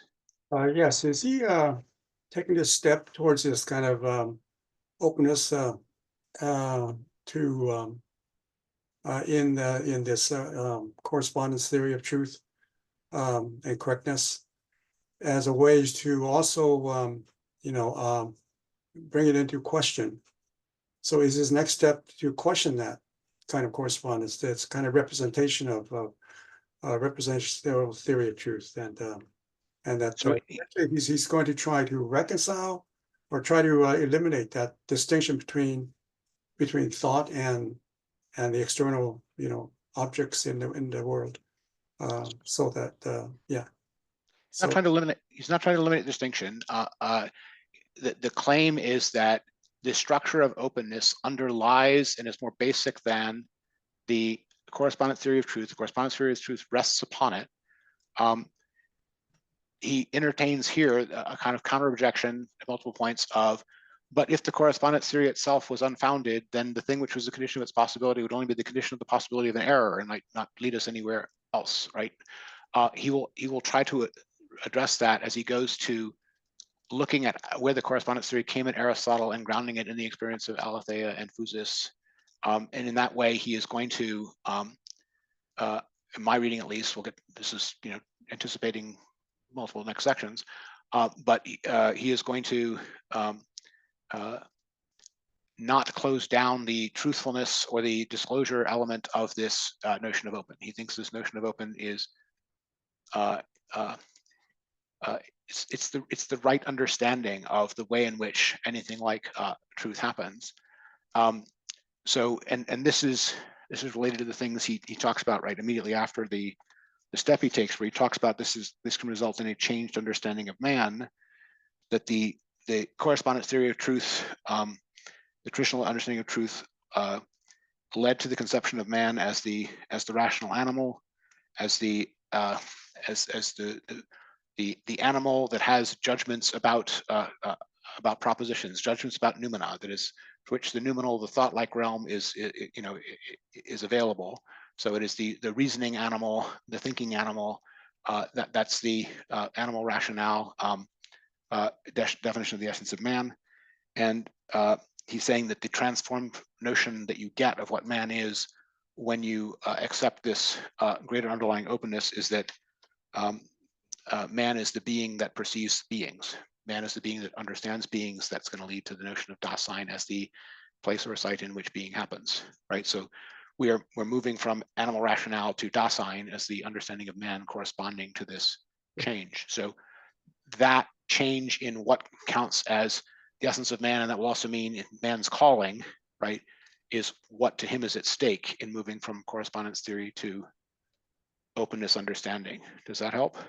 Yeah. So when I read this, I interpreted him to mean that this correspondence is also relying on representation, and that representation is still retaining the distinction between the subject and the object. The subject in relation to the world as object, and that the move into Dasein would be an elimination or of that distinction between the subject and object. and so Dasein would replace that subject-object distinction. And we don't. Dasein certainly includes the understanding that the appearances of beings occur in Dasein, and that those occurrences of beings are actual occurrences of being, right? So that is meant to be an overcoming of subject-object distinction, yes, but in the form of the Dasein becoming the place or site where meaningful being occurs. Okay, yeah, that's okay. So the next step would be I think he questions that whole idea of correspondence, their truth, and he's going to talk about Dasein.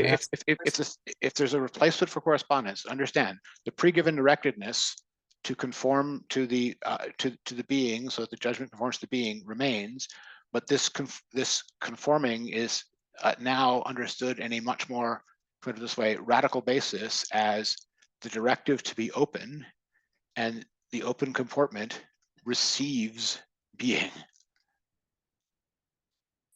Dasein changes as it receives being. Dasein is a form of being. It's not something distinct from being that takes pictures of being occasionally. It is a form of being. That's where the Dasein notion is getting us, or it's taking us. If you like, from the standpoint of previous philosophy, understanding is a much more objective happening than the previous understandings ever believed.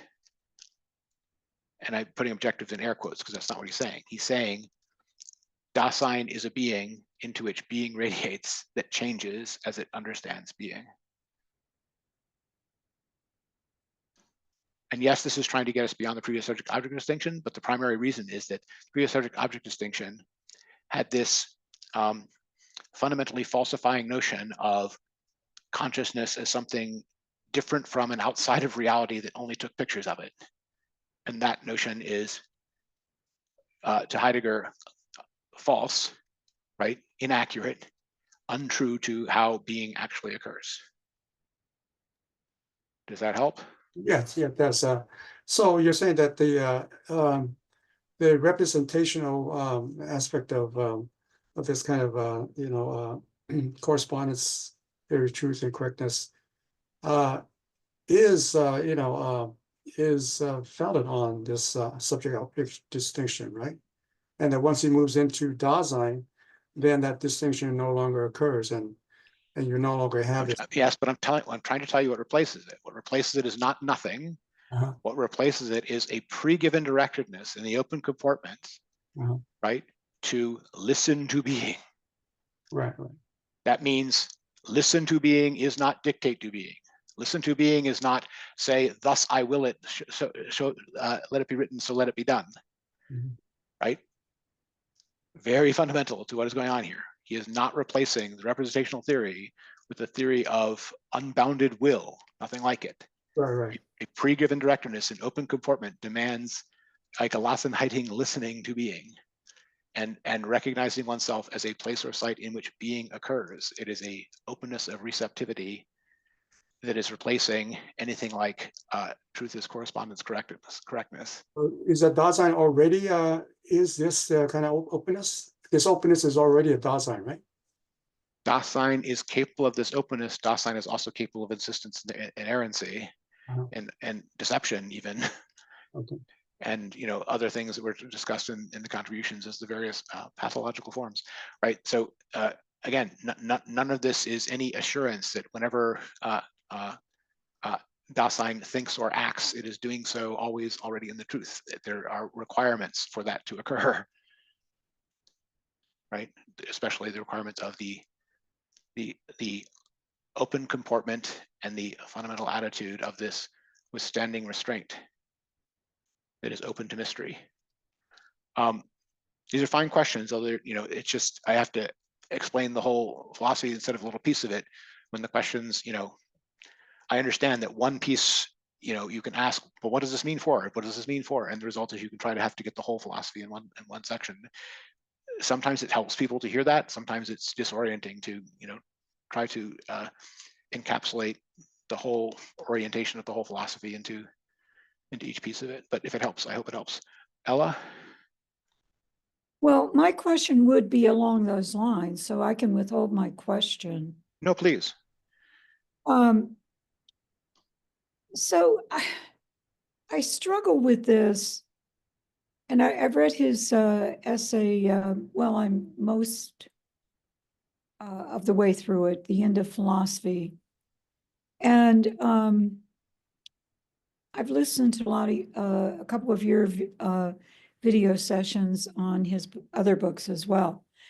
But I'm not an expert on Heidegger, but my question is, when you, at the end of the day, what is there? It just seems like, and don't take this the wrong way, but it seems nihilistic in the sense that there's nothing there. You're just a receptor. You're going to open and receive. And yes, okay, that's valuable. I get that. It's valuable. Because then you can learn the truth. But it's very, very disconcerting. He's owning that. He's owning that. Sorry, I need to understand the part about it being disconcerting. Yes, it's meant to be something unsettling, but you may be more or less than that. What do you mean by it's very disconcerting? Well, because, you know, with Leibniz, with Kant, you know, even with Hegel in his history, you have a system, a way of thinking, a way of understanding things, a way of a purpose, a meaning in the world. Now you get to Heidegger and it's nihilistic in the sense that you're opening up to Sorry, what? I'm not. Sorry, someone has some background. I don't know who has to go on mute for the echo. I don't see any of it as nihilistic, so I don't quite know where that's coming from. The claim here is that men's calling is to be the place or site in which truth happens. And by the way, the truth that happens, and this is where it differs from a lot of the previous philosophy, the truth that is doing the happening is not simply an abstract truth outside of time about relations in nature. It also includes historical happening event in the realm of history, narrative, human life, meaning, right? And the previous understanding of truth and the mission that the Greeks gave to Western civilization to investigate the truths of nature is has in effect run its course and is established and has discovered what it's going to discover. That doesn't mean that they won't go on discovering details in these particular sciences. They absolutely will. But the other beginning is about an unthought in that tradition, which is about all of the aspects of disclosure and truth that are focused on things which are not eternal, not general, are unique, have the character of historical happening. And there is an entire, from Heidegger's point of view, continent of human meaning and human life that is as unexplored today as this, the realm of nature was in the time of Socrates. And it's out there waiting for us to discover it.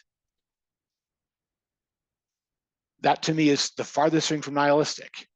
It's a giant research program to go do for history and the spiritual sciences and the narrative and human life and the realm of meaning, everything that Western philosophy has done for understanding the natural world for the last 2,400 years.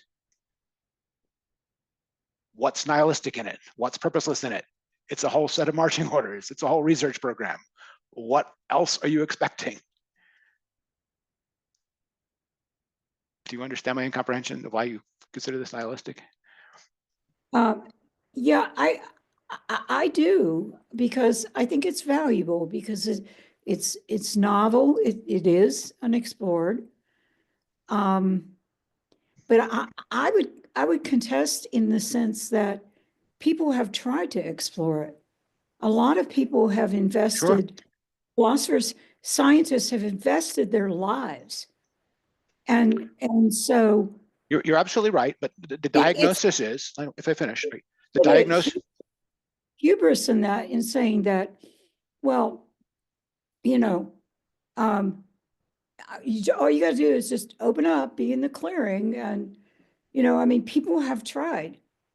So I would like to have some sort of answer. So again, you say that people have tried, but the diagnosis is that as people attempted to understand things like the domain of truth that is, we try to call history rather than nature, or the whole area of the humanly meaningful, they were trying to use notions of truth and understanding that fundamentally were taken from the Greek nature project, and we're trying to understand those things in ways that fundamentally missed the things you should be looking for.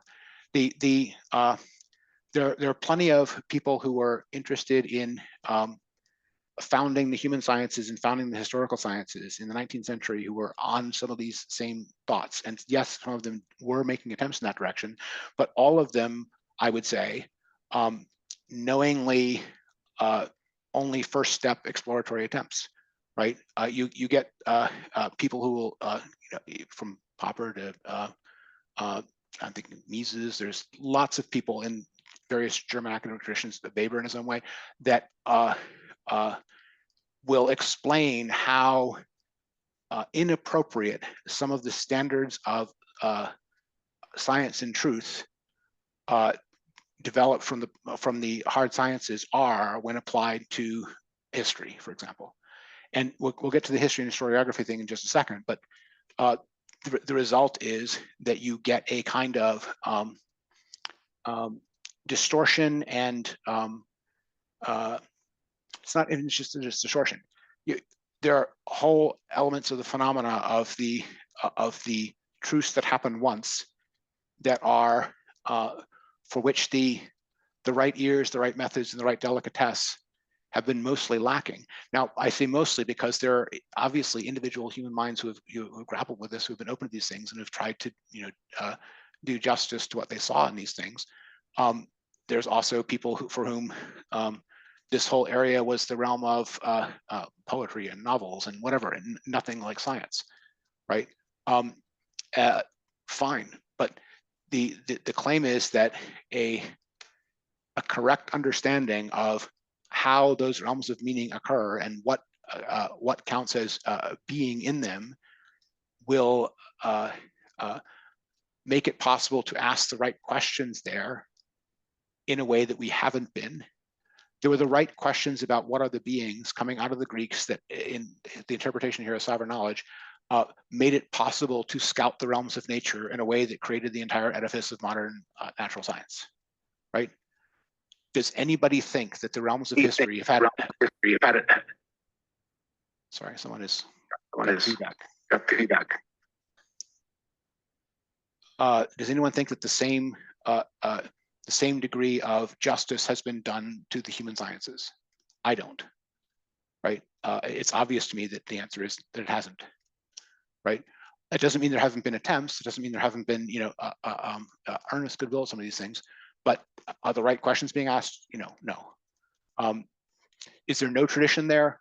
I think there is some, and I think that if there's a place where I would have some criticism of Heidegger, it's that he has a tendency to discount previous efforts in the tradition that might be valuable in some of these places, right? He tends to think that the thing which comes after the sweeping change is the only thing that's going to be valuable in this respect. But to his credit, he is also able to go back and mine the tradition, when he's actually doing the interpretation of this or that earlier thinker, at grips with them, so to speak. He sees plenty of what they saw, right? Which is a method we need in these other cases as well. Anyway, this is again, this is one of these things where it's the big question. So you asked something about the whole meaning of the whole stuff. I can tell you what I see in it. I don't see this as I don't see anything in this as vacuous, empty, or not having things to do. I think to further the thought. But anyway, that may be me. James. Yeah, in terms of nihilism, can we can we relate this to Nietzsche's definition of nihilism? And I think it corresponds or correlates with Heidegger's project as well. That nihilism is the kind of history of metaphysics and ontology and so forth that has used reason to systematize what the truth is and the meaning of life is, and they totally miss the world itself. They miss the world of life, and I mean, I don't think they miss the entire world of life, but I don't think that Heidegger's understanding of nihilism is the same as Nietzsche's understanding of nihilism. I think Heidegger's understanding of nihilism, Nietzsche counts as nihilism, but from Heidegger's point of view, nihilism is when nothing is happening to being. It's when the question of being is not being asked. It's when the truth of being is dissipated, something like that, covered over, forgotten. But from his point of view, Nietzsche is a culmination of metaphysics that, yes, there's elements of them that are transitional, there are elements of them that can raise some of the right questions, but from Heidegger's point of view, Nietzsche's understanding of nihilism is, he himself is a symptom of the closing off of truth that Heidegger is lamenting, right? Yeah. When Nietzsche gives up on truth and wants to replace it with a version of instrumentality or a version of one goal for mankind that he will legislate, something like that, that is not remotely what Heidegger thinks of as a spiritually orienting purpose. It's way too willful, treating mankind as raw material, and it's going to fail because of its closure to truth and being, in the same way that the things which Nietzsche is denouncing as nihilism do. So Heidegger does not see Nietzsche as a solution to any of this. Is my reading of it. I think he's one of the harshest critics of Nietzsche that ever wrote.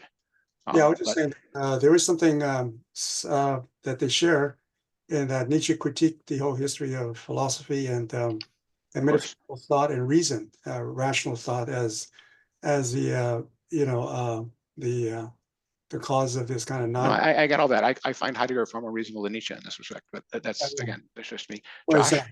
Heidegger's focus on being, and Nietzsche's focus on becoming as but there's something I kind of see. Nietzsche is focused on will and life. Right, exactly. But and Heidegger's focus on being, which means the world of being, right? The world of life. And so I think there's being does not mean the world of life. I'm sorry. Oh, okay.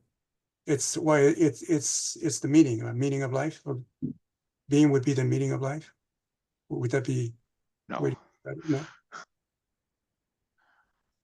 Being includes this issue of truth, and half the point of life for Nietzsche is that it put questions of service to life above questions of truth to the point where it would lie, and Heidegger is not having it. Josh? Yeah, no, I certainly agree with you that Heidegger considered Nietzsche's solution to nihilism to itself be a symptom of nihilism. But right.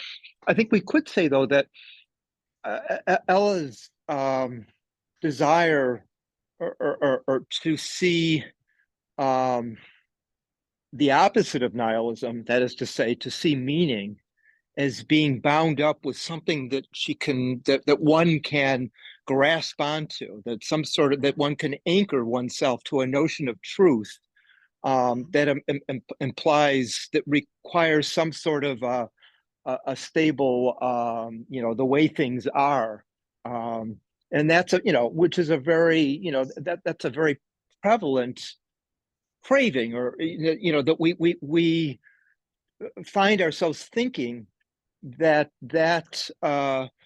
what we are after when we are after truth is this a system of answers. I get it. As a system of answers. And so, in the sense that Nietzsche recognized the relationship between this notion of truth and a settling for systematicity, a settling for the for a flat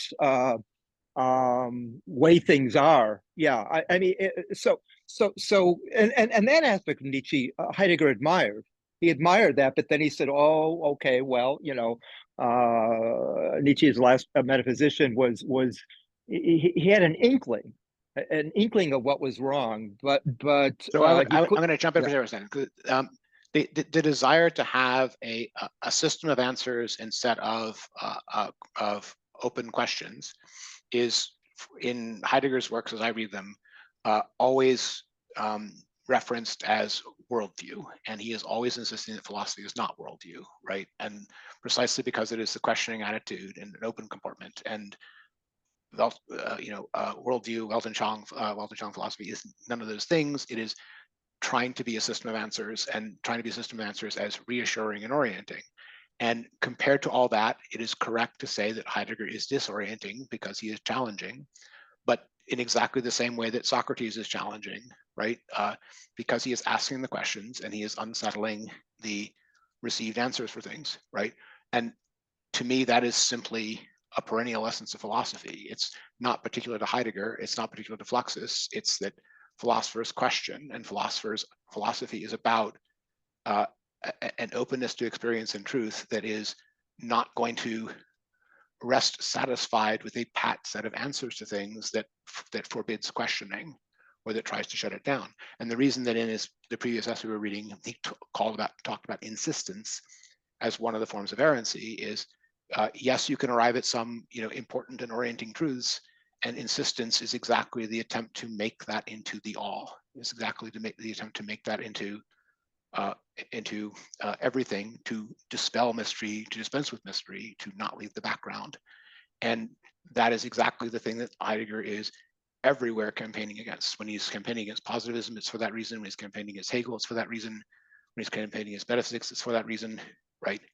The openness to experience and openness to mystery, and that is what it means to be personally, genuinely engaged in anything like truth or truthiness, right? That to Heidegger is the core aspect of the Western philosophical tradition that he is part of and wants to sustain and carry forward, right? He is not attacking that at all. That's exactly the thing that he thinks every form of closedness of one kind or another is missing, right? And if there's one thing he's trying to do, it's to reopen anything that is closed in those ways. Josh? Yeah, and that's and that is the intimidating and terrifying thing about looking at truth, and more particularly looking at meaning in those terms, because it does seem counterintuitive to somebody who is used to thinking of meaning in terms of something that one can point to and saying that is solid, and nail that in the ground, that's going to stay there, that's what meaning is. But to think of meaning instead as a flying by the seat of one's pants, being in the midst of the questioning, being in the midst of it, that there's a sense of dynamism and flowingness, and that's what meaning, that's what relevance, that's what mattering, that's what care is. It is very counterintuitive when you come from the background that we can't come from in the West, right? I only partly agree. I mean, you're right that that's true for a lot of people. It's that this tradition that Heidegger is part of is very much part of the West, and it's I like to think of it this way, right? There are natural scouts in human civilization, and philosophers are the natural scouts. They're asking the questions that light up the terrain before anyone lives in it, right? And that is his own self-understanding of what his project is here, and I think justly so, right? Now, people can disagree with whether or not the unexplored terrain that we need to explore is the stuff off to the direction he is going in, or is in some opposite direction. That's a different story, right? But that philosophers are scouts, and that scouts are unsettling, and that scouts raise questions. That's just the job description, right? And the underlying claim about history made by not just Heidegger, but everybody in this tradition, back to the German idealists and lots of their hangers-on, is that it is the discoveries and thought movements of this kind that do, in the long run, matter. There's someone who says it's not, the question is not whether or not theories of everything being in the cosmos matter, but whether in the long run anything else does, right? So these things do matter in the long run, but it's in a long run. Nobody questions in any of this, that there are plenty of areas of explored territory, areas of settled questions, etc., that are also going on. Not everyone is called to be a philosopher, if you put it that way. And but again, what Heidegger is trying to get at here is an orientation in which that possibility is, from his point of view, given it the role and dignity it deserves in human life, something like that. And even from the standpoint of continuity of the existing civilization, let alone any kind of change to it, that I think that's also, many of these things are also appreciated by the practitioners of the traditions he's talking about, right?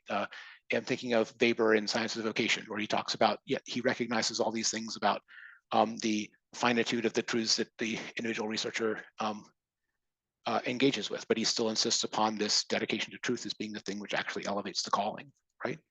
And that's very, very much the kind of thing Heidegger is talking about, right? So anyway, we've gotten to our ordinary limit of time without managing to get to all the things about history. So we may have to talk about some of the things about history to some degree next time. I do want to talk about some of the things that Josh was talking about this reenacting something revolutionary about beginnings as being the authentic way in which they are furthered, something like that. But he also talks about this carrying through an ongoing history to its logical conclusions as being the way in which real historical action happens, which has a kind of staying on missionness to it, so to speak, that is would be completely undone by continuous revolutionary change, right?